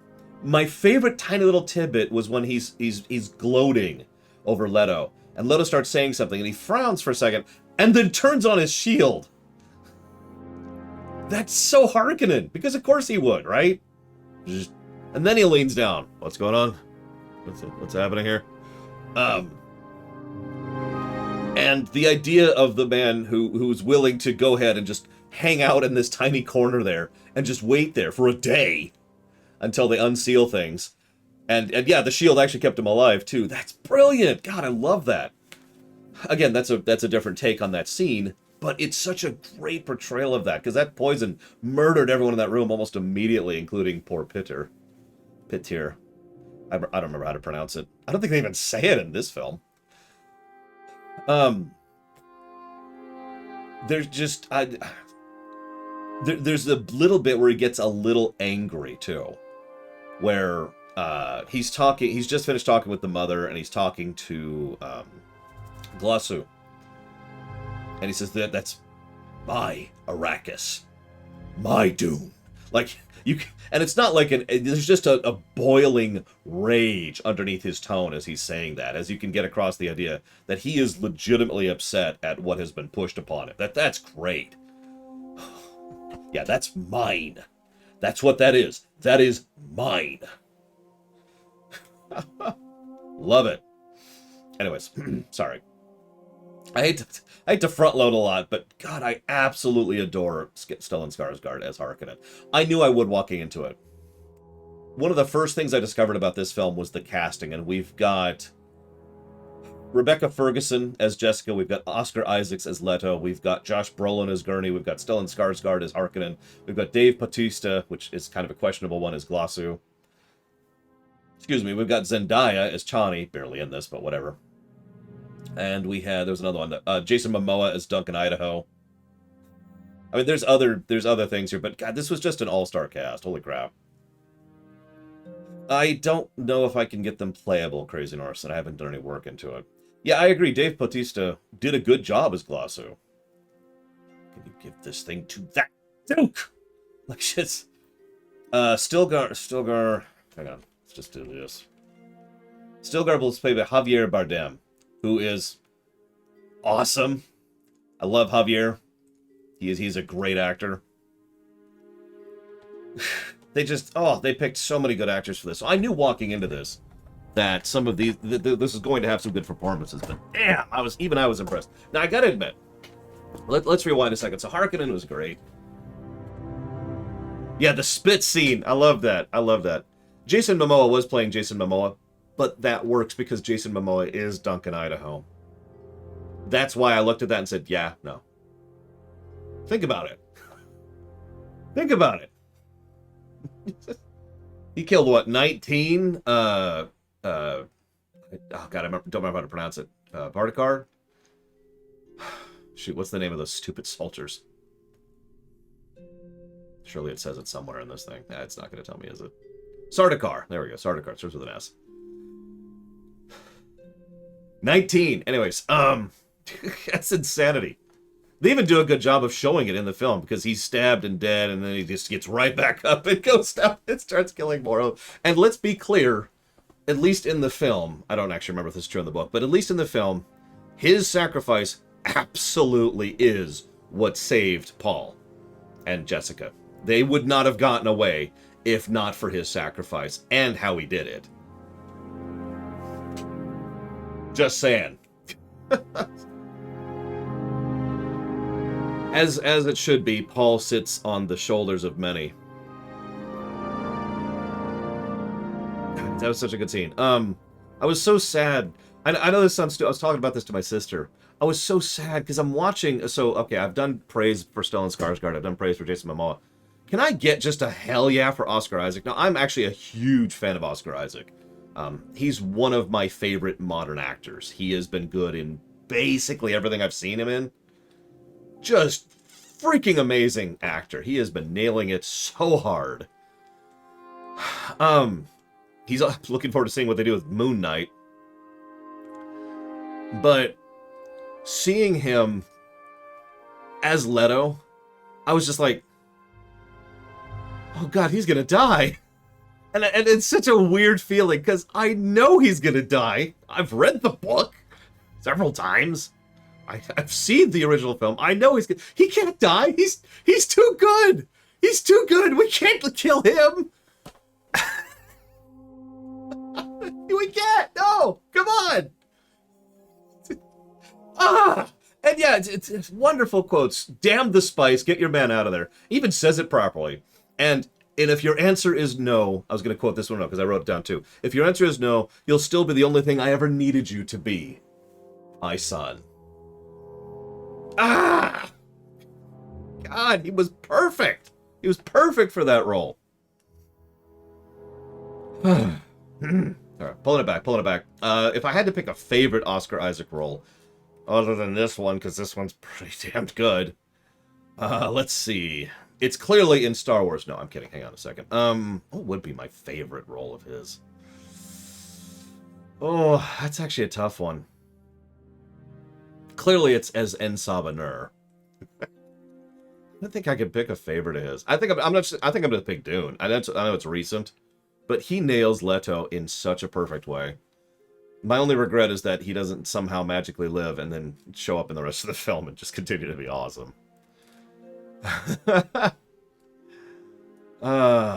Anyways. They did a lot of stuff. They did something I've talked about. Yeah, I know, Hazardous. They did something I've talked about several times when covering fiction recently. They showed, then telled. And I like it. I've slowly started... I keep saying this. I have officially reached the point where I like it when a work shows and then tells. Sometimes they don't do it. Sometimes they do it. Sometimes they do it well. There's a lot of showing and then telling in this film. There's a huge amount of that. They imply everything that's going on with the political plot well before they actually sit down and explain it to the audience. I mean to Paul. Yeah, the slow blade penetrating the shield, and then they actually explain it. How much do you think it cost them? And then his eyes roll up as he calculates, then he comes back down and he lists the full cost before we find out exactly how interstellar travel it works and how difficult and taxing it is. You know, just there's a lot of implication and showcasing before we get to the actual explanation and exposition, which I love it. We show off the voice, we establish how it works, we showcase the difference between... So, one of the things they do really well is we see the voice first from Paul's perspective, and he barely manages it. The next time we really see the voice is from, I can't remember her name, the Bene Gesserit lady's perspective. I'm sorry, I'm saying that wrong. We see it from Paul's perspective again, but the point is we saw it as he's using it, and now we see it as it's used on him. And so, shut up, Crazy Norris. And so, if you remember, if you put yourself in the scene for a moment, what they did was we hear the echoes, and he's already kneeling before the voice starts speaking, and then we actually hear the voice commanding him to come forward and kneel. And so we see what the voice works like from the recipient, in other words. You know, you obey the command before you even process the command that has come through, right? Love the way they showcased that. And then, of course, we see the voice several other times throughout the work. And there's so many implications of the nature of how... I don't know how to explain this. There's a lot of competency in this film. In universe, I should explain. The guy who was holed into a wall for weeks in order to send the spy drone out to kill Paul. And Leto being absolutely pissed about that, by the way. The people who were sent to get Jessica and Paul, the main person of which who is deaf. You know, just I don't want to go full in detail. They pull down the main shield, and then they go out of their way to do large-scale slow bombs, which penetrate the shields, which are currently active, to make sure that the initial Alpha Strike is so strong that they can't retaliate. There's a whole lot of weirdly competent scenes in this film. It's awesome. I love it. Anyways, so yeah, let's rewind to the box scene, as per Hazardous's request. So, he's pulled forward. What is in this box? Pain. It's honest. And we see how much Jessica actually cares about her son. It's even implied that that's unusual. Jessica herself later exposits on the nature of the Bene Gesserit. God, I can't talk today. Or any day. The Bene Gesserit, and we see through the matron exactly what kind of perspective they have on this, which is a very distant, we're thinking generations ahead kind of a thing. And yet at the same time, it's very clear that Jessica obviously gives a damn about her individual son, that one individual person. She's still going along with it because she believes in the cause and because it's not like she can do anything about it anyways. But we see her pain, and the actress does a great job of portraying it, even though it's massive. And what's really great about this is we see his pain more in her than we see it in him. I also love the vision. Yeah, feeling. Have you ever had burn? Have you ever been burned? Because I have.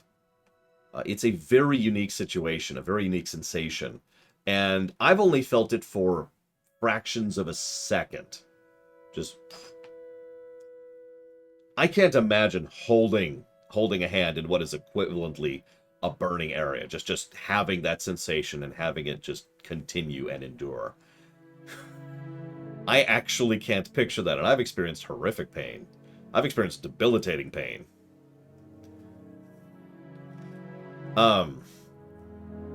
I did love how he slowly mastered the pain, because he starts to scream and she says, "Quiet!" It's such an angry word, like it's insulting that he would dare to let out any kind of noise at the horrific pain he's going through. But yeah, as he slowly masters it, as he slowly, it is implied, takes energy from his mother, takes calm from her words and her litany, and just kind of slowly starts dealing with this. No, I would not, Mike Yamato. I mean, I don't want the golden path. As I've already made clear, golden path can go to hell. And he just, and as Hasda says, he gets angry and just kind of starts glaring at the Reverend Mother. And finally she's like, okay, enough. Whatever. We're done. Did you have to test him so far? We need to be sure. I love how Jessica is right in how she's pissed at the Reverend Mother, and I love how the Reverend Mother is right in how she's pissed at Jessica. You did this. You forced our hand. We've already done our work on the dunes, so your turn. We've done all we can. Bye. It's just, she doesn't say it so mockingly. I'm saying it amusingly because of how amused I am at the whole scene.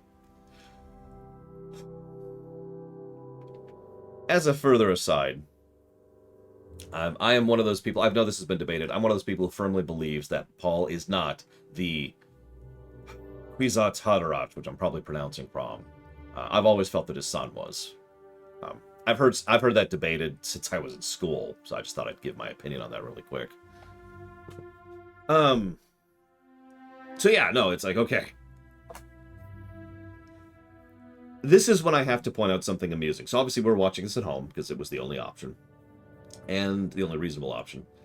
And by default, the subtitles were on. Now, I know that subtitles are there for good reason, and I usually like to watch films with subtitles on, but we had to turn the subtitles off because it was distracting how funny it was. They were, like, there's this scene where Paul stabs a guy, and there's a subtitle that says, "Stab." And there's a bit where Paul falls and catches him, and the subtitle says, "Lamentation music." Or, "Bombastic music plays lamentingly." And it was completely ruining the film. I mean, I shouldn't say ruining. It was turning the film into a comedy, and obviously this is not intended to be a comedy. So I just thought I'd mention that. If anybody wants to laugh at this film, turn on the subtitles. It's just...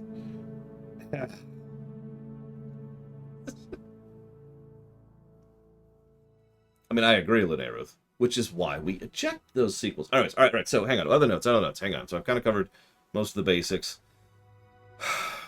They show, one of the things I love about this film is they get across the idea of technological stagnation. I'm saying that wrong. Of advanced stagnation? No, that still doesn't work right. They get across the idea of a extremely advanced scientific science fiction setting, period, new sentence, that is totally stagnant. We see these people live in rock walls with weird just architecture and stylings and cultural things that are feudalism. Yeah, it's the Battletech thing. It's feudalism, and it's shown in how they interact with each other and how they interact with the world around them. They at all points bother to show the sci-fi side of things too, like the guy who can just scan you with his hand, or the shields in general. Or there's this one scene, they do little things. There's one bit where Paul is walking through the room after he's been summoned to the Reverend Mother, and there's just this bot that's hovering around him like this. And I realized, as I'm looking at this bot, what the heck is that? I realized it's a torch. He's just got a droid following him around, which is a torch. There's a lot of that, and there's a lot of something that I admittedly don't like about science fiction in this film. There's a lot of scale. This is something I've talked about before. Old science fiction, stuff that was written pretty much from about the 10s to about the 70s, has this thing where everything is... the presumption was made by the authors that things will continue to escalate to a ridiculous degree. And so the idea of tens of thousands of people being sacrificed in this thing, or millions of people killing this and destroying this on this massive scale, it's a scale thing, right? And it's very, very common when it comes to these works. And you know me, I don't like the 10,000 years thing. But they do a lot of that, and they showed a lot of that here. Third and I were kind of making fun of it, because there's a lot of scenes where there's the camera's right here, and you see thousands of people just lined up in the rain. Or the blood, in the case of the Sardaukar. And I'm just thinking, imagine being one of those extras. All right, we need you to kneel. And we're going to pour buckets of rain over you. Okay. Hang on, someone flubbed his line. Hang on. Rewind. You have to be for another 20 minutes. Keep getting bucketed. They showed off the, I don't remember what they're called, the carrier ship, and how it shows off other ships. Or how it, I'm saying it wrong, how it shuttles other ships. They show it multiple times, actually. And each time it gets across the implication that that's a carrier ship. And we know how that works because we've seen it in the original movie or the book. So, funk, right? That thing is absolutely ridiculously huge. Let's see here. So I do have to give praise to, I don't even know his damn name. I'm actually going to look it up here.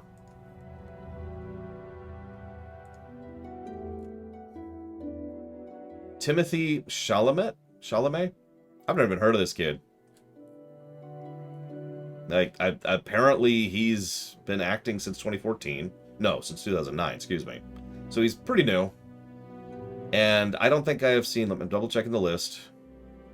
I have seen one other film that he's in, which was in Interstellar, where he played a very brief role. And that's it. So yeah, I've never seen this kid before. He did a really good job as Paul.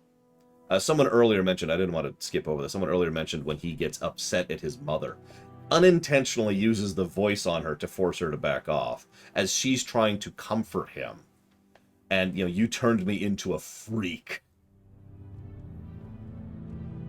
That's, he did a good damn job of that. I'm actually really impressed with how he portrayed Paul. There's even this wonderful bit, Kay mentioned this earlier, where he's in the duel. Like, okay, we'll fight the duel because we're dumb and stupid. I mean, because it's tradition. And so Paul's like, okay. And remember, we've already seen several versions of this duel already. And so he absolutely curb stomps the guy in seconds. Which makes sense. And then he says, do you yield? And everyone's like, what? And I love how that's portrayed. Because obviously Paul doesn't want to kill the guy. And everyone's like, why is he toying with him? He's like, no, he doesn't. He's not doing it on purpose. He's never killed someone. Because everyone thought he was being insulting. That he was actually being a dick to them. He's like, no, he just doesn't want to kill the guy.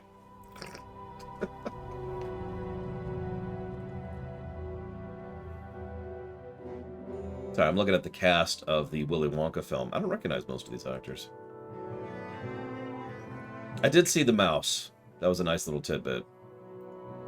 Yeah, literally bred to be superhuman. And trained by fricking Duncan, Idaho. Enough said.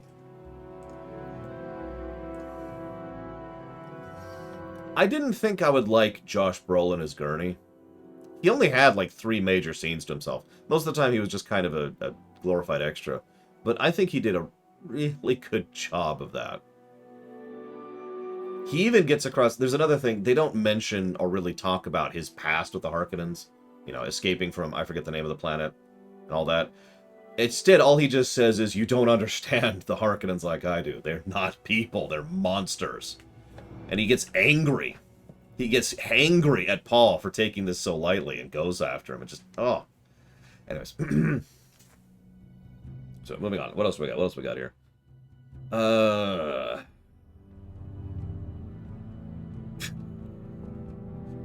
There's a scene where the ships are rising up from under the water. Which is good.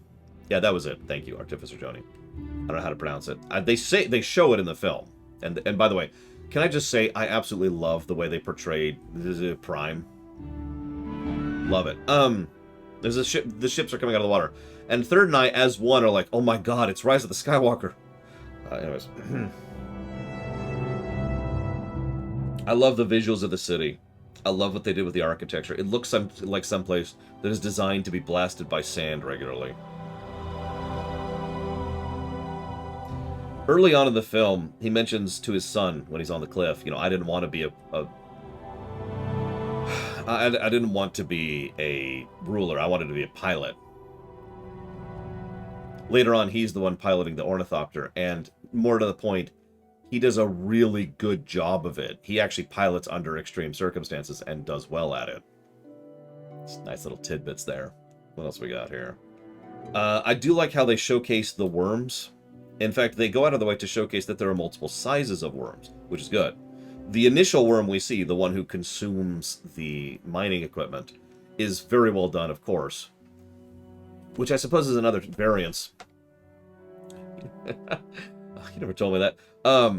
It's another variance because, first of all, it gets across the scale of what these worms are like. Second of all, they don't really show it properly. Third of all, I like how they portray the worms in this, other than the typical portrayal of the worms. Instead, they've got this, like, whale thing. It makes them look more alien, which I'm with. But what? Yeah, the worms are terrifying, as they should be. They're environmental threats. That's kind of how that works.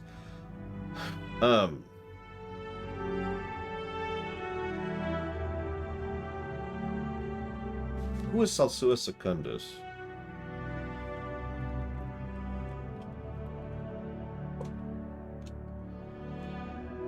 Yeah, that's the sand becoming liquid was awesome. I liked what they did with the observer of the change. I can't even find the name. They switched it to a her, but she does a good job of it.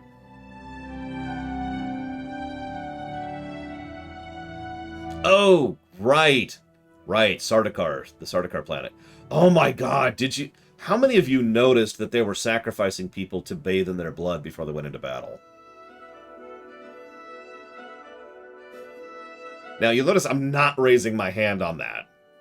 Because it looked just like rain, and I was actually taking notes at the time, and I was looking up, and I was like... And third was like, ugh! And I'm like, what? And he rewound a second, because... And then I paid attention a little bit more, and I was just like, oh! Okay. That's messed up. Yeah, just people splayed out and the blood pouring through the river. Oh my God. Jesus. Yeah, that's some more Hammer 40k stuff right there. I do love what they did with the voices of the Sardaukar, by the way. In fact, I like what they did with the voices of several characters. Even just the basic Harkonnens had a bit of a growl to them, right? They also had... I noticed they tried to make it seem like there's a bit of extreme tribalism going on, which, given the feudalism, cultural stasis, and just the way that the setting works in general, makes absolute sense to me. Like, there's no, you're this, and you're of that tribe, and that's you, and that's your identity to such a severe extent. It makes a lot of sense for how isolated most of these people are and how antagonistic they are towards each other. So, and we see several sides of this. Just about every Sardaukar is the same. Just about every Harkonnen is the same. Just about every Atreides is the same, etc. Just interesting.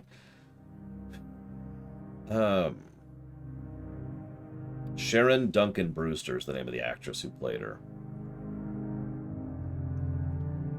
Ironically, she's also been in Rogue One.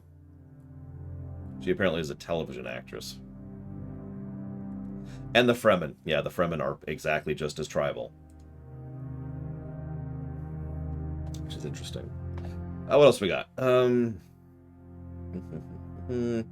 They did a lot of things. I don't know if this is for budget reasons or not. They did a lot of things to try and imply big when it was obvious it was small. What I mean by that is usually the camera is pretty focused in and usually focused on someone. So, like, if you were to assume this is the shot here, right? Most people on the shots are about this big at the furthest out. Very, very, very rarely does the camera zoom out further than this. It only does it when it's doing panning shots or shots of large-scale battles, which are rare, by the way.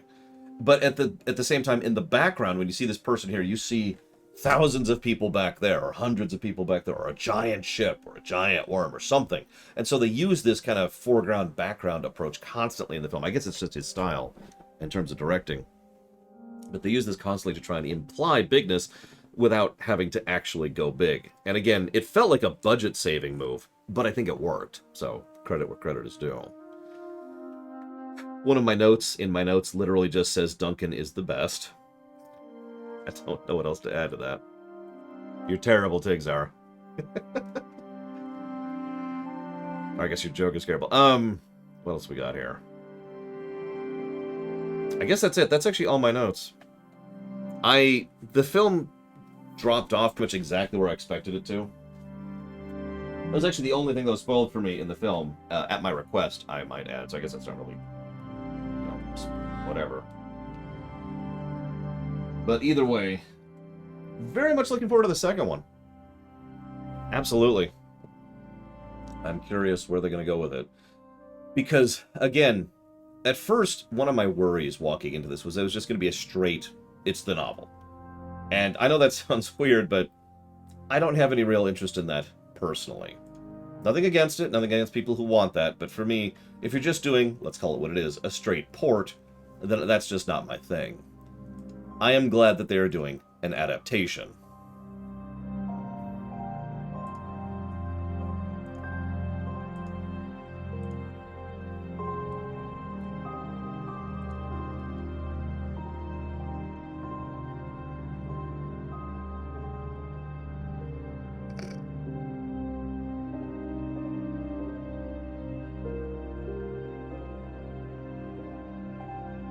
Yeah, in part 2, we should get Muad'Dib.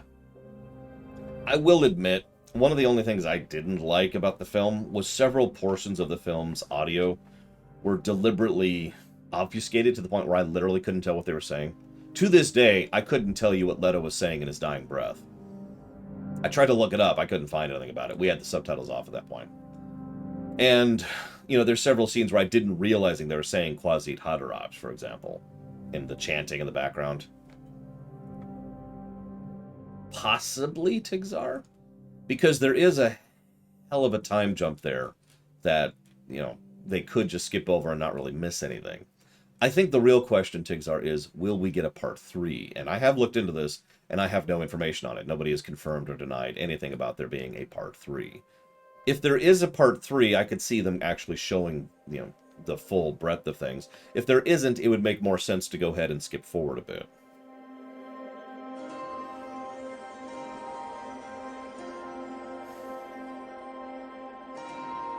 Well, yeah, that's how that works, right, Kay? You say, what deep? And it goes through a gun and it shoots the thing? Like, that's how that works? Yeah, I saw that interview, Justin, but I haven't seen anything concrete, and so that's why I'm showing it as such. Anyways, I guess that's actually all I got. I did like it, substantially more than I thought I would.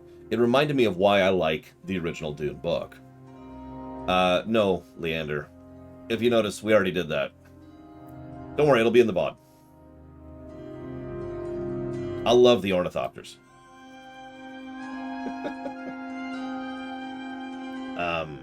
I guess that's it. I guess that's all I got. So I'm going to go ahead and chop off because I do have other things to get done today.